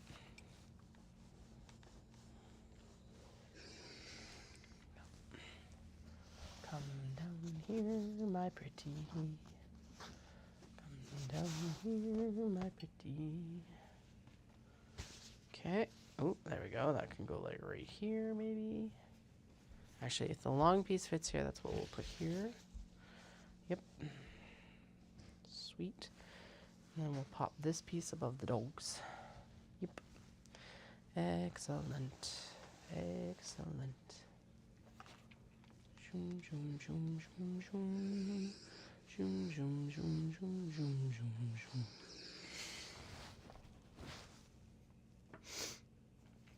Okay, and then maybe this piece, that piece, and then maybe the flap. Yep, there we go.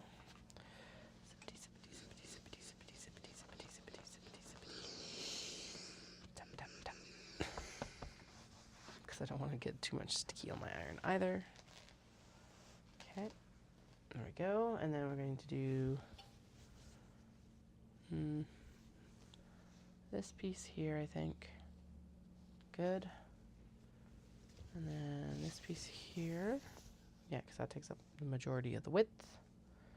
Sweet, looking good. This piece here. Right? Yep. Okay, that's the right way. Oh, the question mark there was whether I'd put it on the right side up or not, to be honest. Okay, bunnies. Okay, pop this down so we can tacky tack. Tack, tack, tack, tack, tack, tack, tack, tack, tack. Good. Okay, and then out. No, that Obi was like, not staying in. I'm out of here. Out of here. See ya later. That's okay. Its place has been held. So I'll trim it down in a minute. Okay. And then, yeah, neither of those fit there really. So let's trim this down and we'll go from there.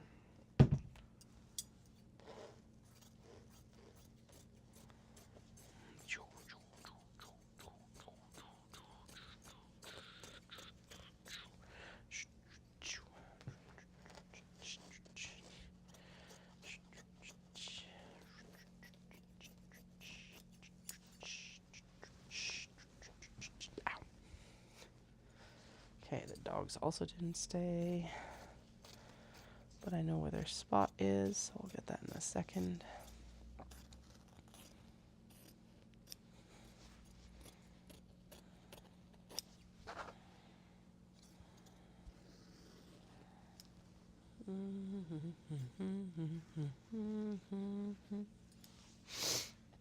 Okay, these can stay together because that just makes sense. In terms of like what fits onto the steam press well. These as well, actually.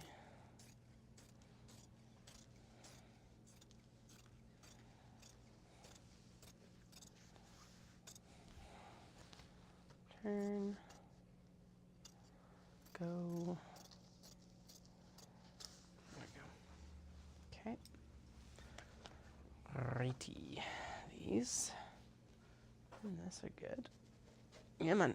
Yeah. Cute. Okay, and then the puppers over here. They go right here.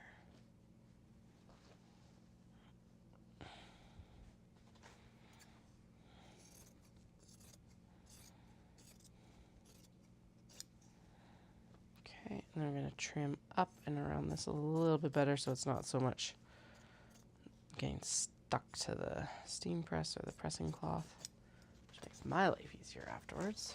Okay, like that. And then this piece here, which is honestly maybe in a bad spot. Didn't get very adhered anyway. This one has all of these, the last of the obi. There, and we'll just pop that other obi piece on here. It's really thick with embroidery, so that makes sense that it didn't get pressed down in that like very short time period that we actually had it topped. Makes sense. Again, don't want to scorch it either. So doing it on the steam press makes more sense for it because we'll have a pressing cloth in between the press and it. There we go. We're good. Okay, now let's grab this piece here, the blue. Did we trim? No, it just was in one giant piece. And yeah, that fits the space better. There we go.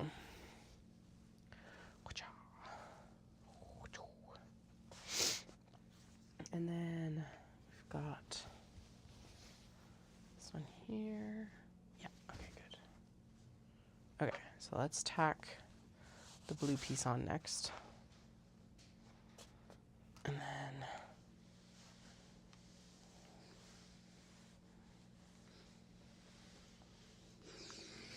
okay. And then I think we'll just do a trim down because whatever.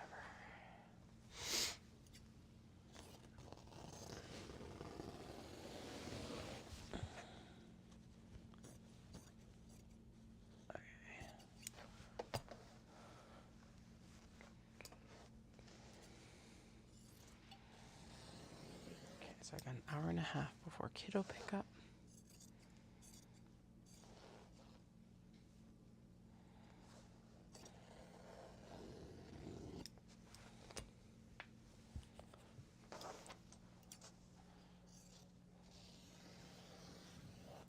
There we go.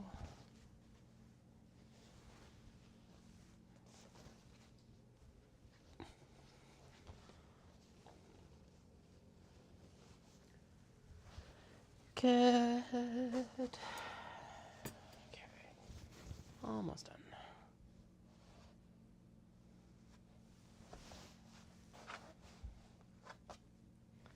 So these two pieces here, and then I'm going to go get a pop so I get a little bit of caffeination. I am fading fast and hard.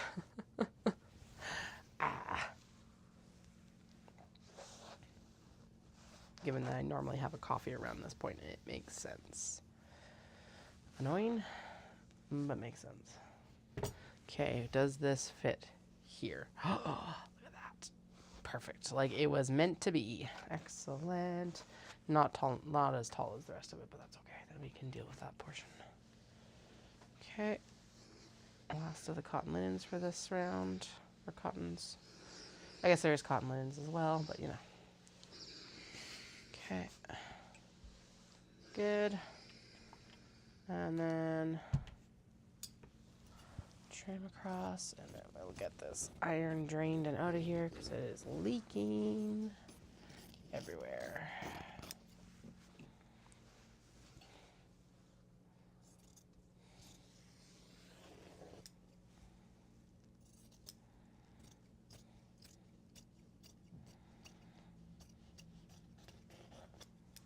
Okay, 1, 2, and 3.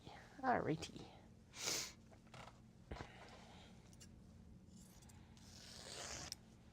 Done, done, done. Unplugged. Get this drained for the last little bit that's in here.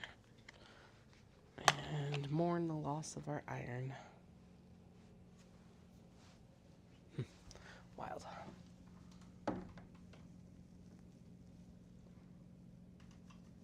Well, there wasn't even that much left. Perfect. I mean then. All right. So, I'm going to go get a drink. Probably a little bit of a crunchy snack. And then I'll be back while we do the whole, like, steam press. I will not heat up the steam press until I'm back downstairs. Do not worry. All right. BRB.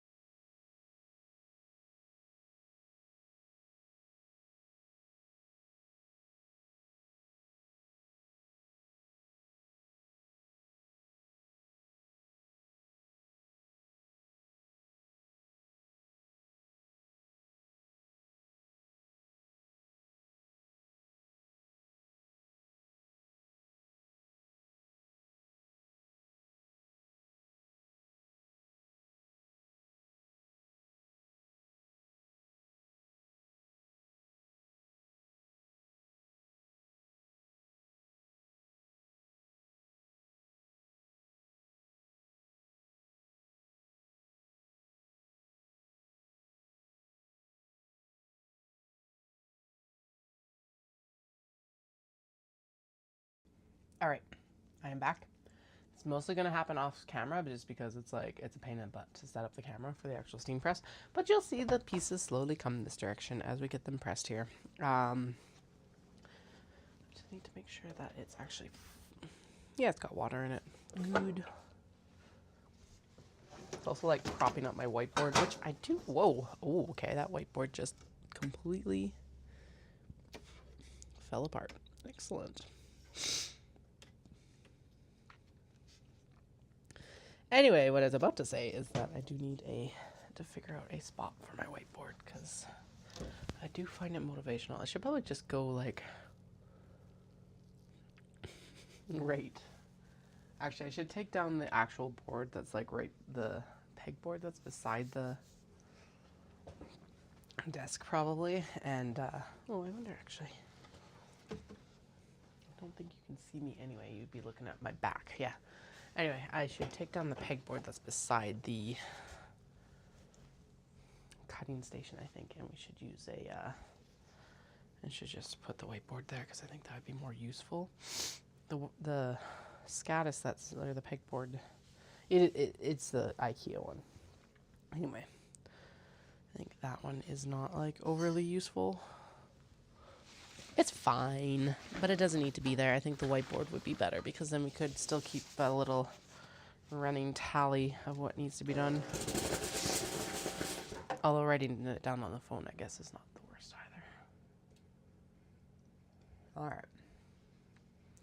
Thus begins the pressing.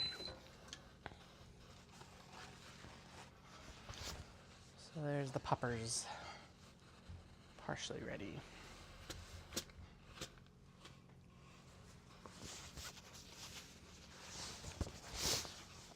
So again, putting it on the flat, cooler surface will help it like chill and everything to adhere correctly, in theory. I do also like the steam press because it like tells you when it's done pressing. White interior for whatever we're gonna put the white interior in. I don't even remember. I think it was for bunnies. Bunnies sounds right.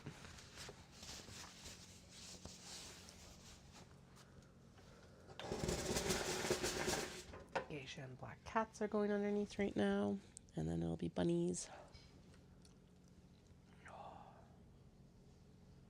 I think the hardest part of this weekend is it was like super like, all right, so it was either extremely busy or it was dead. There was like no in between. There were people in that exhibitor hall right up through closing though every night, which was super cool. So that's neat because it's like Knit City and like a bunch of the other Fibre events. It's like no matter what time you set it for, people are kind of done an hour before closing. Because everyone's like, oh, they should have closed it, like, if it closes at 4, oh, we should have closed at 3 because it dies off. But it's like, well, if you said that you're closing at 3, you would just push that back, I'm sure, to like 2. Right, that kind of idea. But, yeah, there's definitely a couple things, like, they, oddly enough, had like a very frantic closing music. And I'm like, no, please don't do that again. Or figure out a better way to do it, because I get it. We all want to go home. But it was like Sunday, we still had 15 minutes, and it was like you were having to like yell at customers. And it's like, well, that's not, like I've had, and this was not the case this time specifically, but I've definitely had like show-saving sales in that last few minutes. Like, chill, please. And then when you also think of like the demographic that we're in as well, where there's very likely a lot of neurodivergent people, and like, and I'm not going to assume everyone, but it seems like a significant portion of the population that enjoys a lot of this is neurodivergent. Playing a frantic closing music is not good. Yeah, it was, yeah, that was probably my biggest complaint is I was like, you need get the fuck out music. I get it. Do your announcements that half hour, 15, blah, blah, blah. That was perfect. But playing frantic get out music for the last 15 minutes of the show on Sunday, I'm like, I'm not even officially diagnosed. I don't even know if I am neurodivergent, but even for me, I was like, it was too much. So that was my biggest feedback. Is like, Figure out a better system for this at least, please. I don't know what it is. I have no suggestion. The problem was I have no suggestions. But I was like, that was a little bit too much franticness. Because, yeah, there was literally people running around, like attendees running around in the hall. It's like, yes, you've had all weekend for a lot of these people to purchase, but not everyone did the weekend. A lot of people still just did the Sunday, so. Anyway.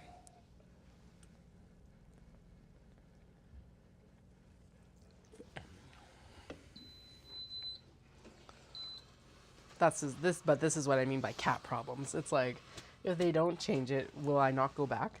No. I'll be back.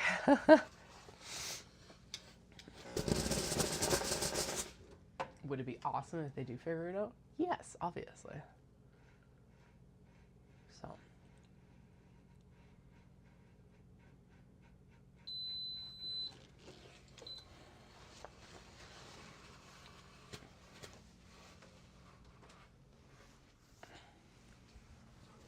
Alright, there's the next set done. Next set, ahoy!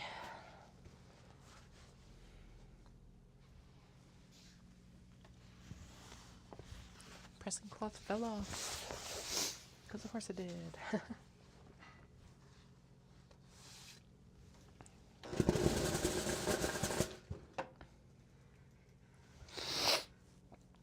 So yes, and the kind of schedule for the rest of the summer is we're going to have this like fuck around month of June and like wrap up month. Fuck around and wrap up. Figure out if like that zip and grip is actually something we want to add in, skills wise mostly, time wise, otherwise.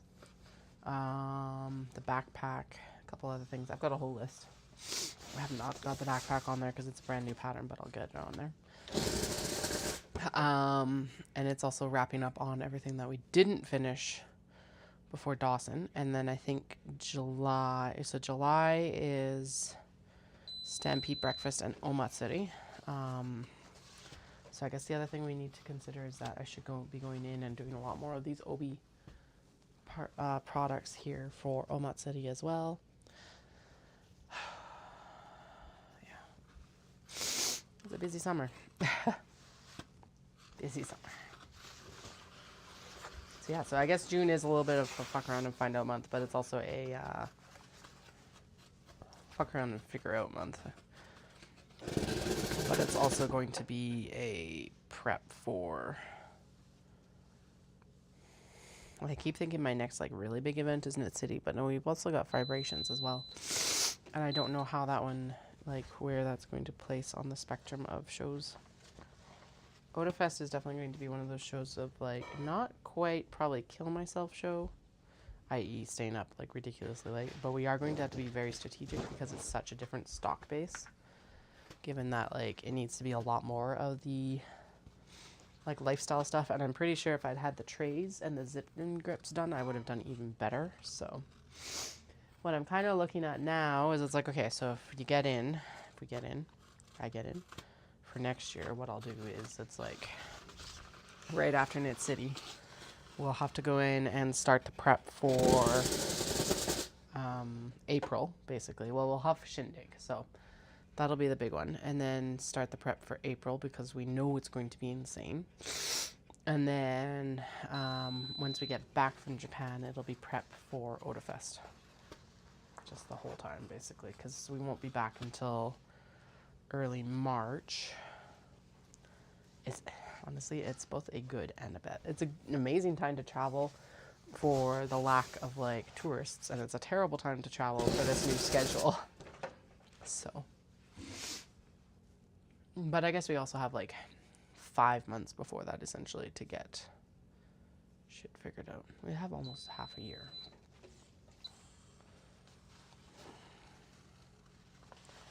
So, no slacking off this year, only making. Oh, well, it'll give me, honestly, basically doing my show push before we even go to Japan will give me a good idea of what I should be, like, will mean that I use up most of my fabric probably before we go. So that's also good. We'll take that. That's good. Okay, I'm going to, like, overlap these a little bit because honestly I think we're good. Excuse me. Oh my goodness. This like, not like super sick, but it's definitely, there's a little bit of hanging on from whatever this was this last week. I'm also extremely excited to be back on stream, by the way. Thank you for joining me, for everyone who has joined me. I always appreciate it. We're slowly creeping up to that 1,000 person mark, so working to get to that this year. I'm hopeful that that is something that we'll be able to hit. The OdaFest live stream was not necessarily the best, but I'll post it anyway. We kind of want to have a perusal of like a very different festival con vibe. Obviously very different from, not necessarily different from different anime festivals, but very different from Fibre events. It definitely drove home just how out of the anime world I really am right now. So I really do want to get back into consuming more anime and manga and stuff like that. Been reading a lot of smutty manga. There is a theme, but yeah. It was inspiring. There we go. I don't feel like I was missing out. Well, I did feel like I was missing out, but it's also inspiring to actually get going back into it. So.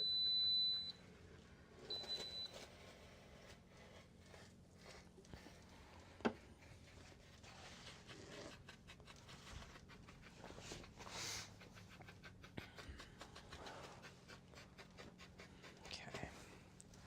So there's that heavy. Did I get? Okay, good. The heavily like embroidered piece did get interfaced correctly. That's good.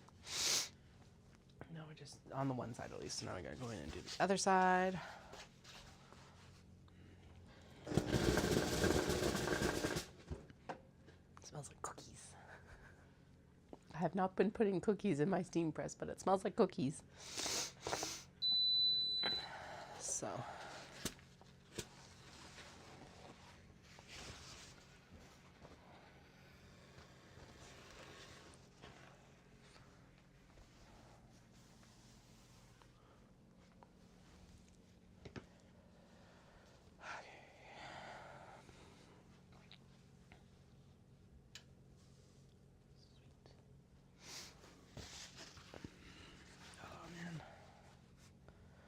Actually, I think as much as I need to get more done, I think I'm going to interface this and call it. 'Cause I am tired. And I do actually want to enjoy this show tonight. So it's like, have a bit of a rest before we go get the kids. Before I go get the kids, whoever go gets and gets the kids. But yeah, we'll finish interfacing everything. And then we'll do the cut down, I guess, tomorrow. Yeah, just, it does not leave me a lot of time. Oh well. Okay.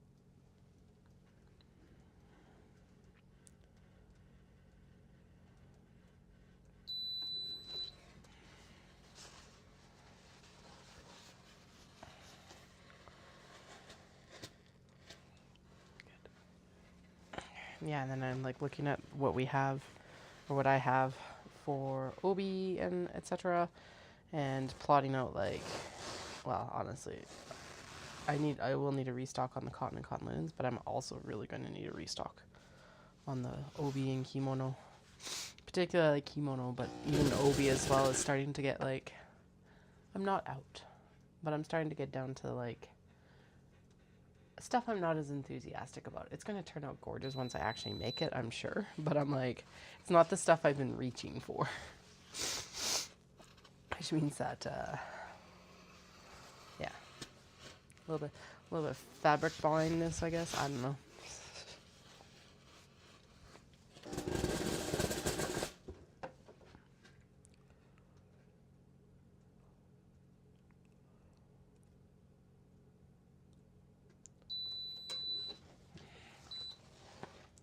Trays are almost done as well. So Monday was an attempt to like get the studio tidied up a little bit. I did get a minimal. It's improved minimally, but Yeah, I did actually. We sat outside for a little bit, and I worked on turning the trays. And I did chill with the kids. Yeah, I was gonna take them to the zoo, but I was like, A, it's a holiday Monday, and B, I was exhausted after Odafest. So I was like, okay, this is just like a little bit of a reset day then instead. I'm caught up on dishes. Shit like that, like chores. Ugh, chores. I did process all the fabric that I bought at Goodwill the other day, meaning that I got the shirts and the duvet cover washed and the sheets. So those will be becoming pockets later this summer. Yeah, I put them outside and they air dried and like sanitized in the sun a little bit. So I did also wash them on like the sanitized wash on the washing machine too, because most of them actually seemed like they were clean, but just in case, always better to not second guess that sort of thing. So, what I'm thinking is even before I iron them, we'll seam rip them, because honestly, excuse me, then they can just come in or come downstairs, and we can just iron the pieces like as they are, sort of thing, without like any seams or anything in them. So that's going to be a task for the rest of the week, I think, and then yeah. Figure it out. Okay, I'm just gonna go underneath. Oh, no, not quite. There we go.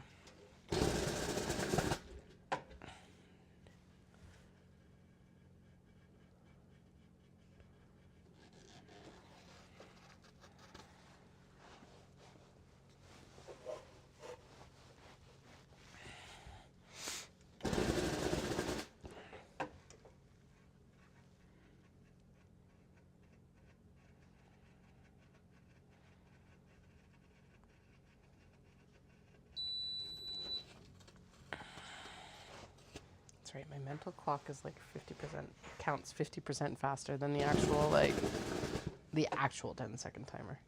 So in my head, I will count to 15 before this actually beeps at me.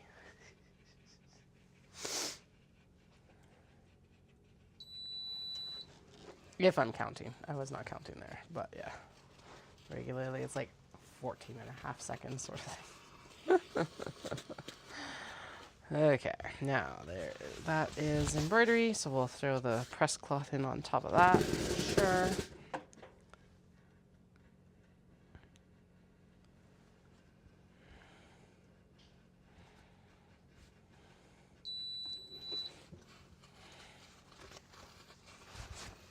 Then I'm going to actually pull it out. This can go over here to get flattening and like adhering correctly, and then we'll throw this little piece in here like this.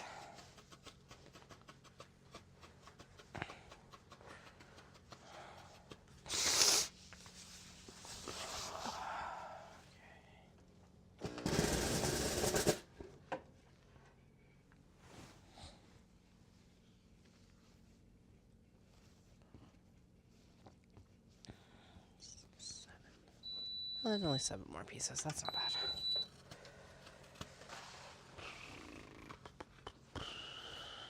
Seven more pieces to interface. 7 more pieces to interface.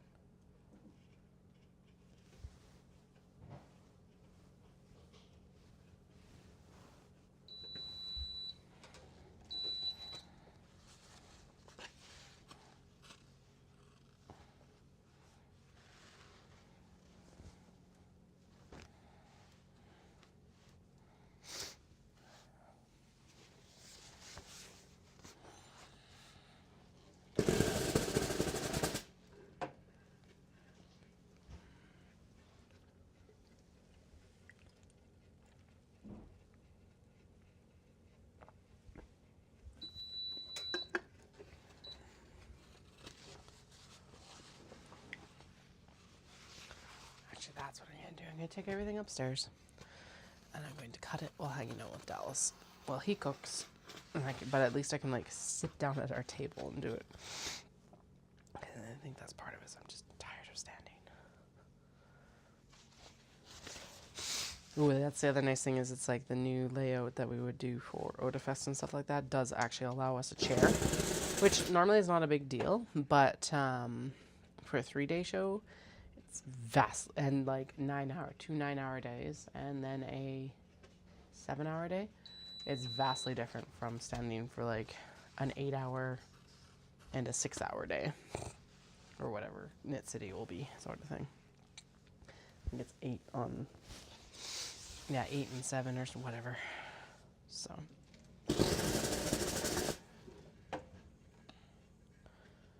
Okay. Yeah, because if I take up the exteriors, I can at least cut all that. I won't take the denim upstairs right away. And just take everything. Chaos. I know it's supposed to be contained down here, but whatever. I'm done being down here. Anyway, if you're still here, thank you for joining me. I hope you all have a good night. I will not be back on tonight. No, I will not be back on tonight. I might be back. I will probably be on tomorrow night, but we'll figure it out. You'll see the notifications. Either subscribe to me on YouTube and hit the bell icon, or follow me on Instagram, and I always post the link to stories. So I hope you all have a fantastic night, day, afternoon, evening, wherever, whenever you are, and I'll chat with you all soon.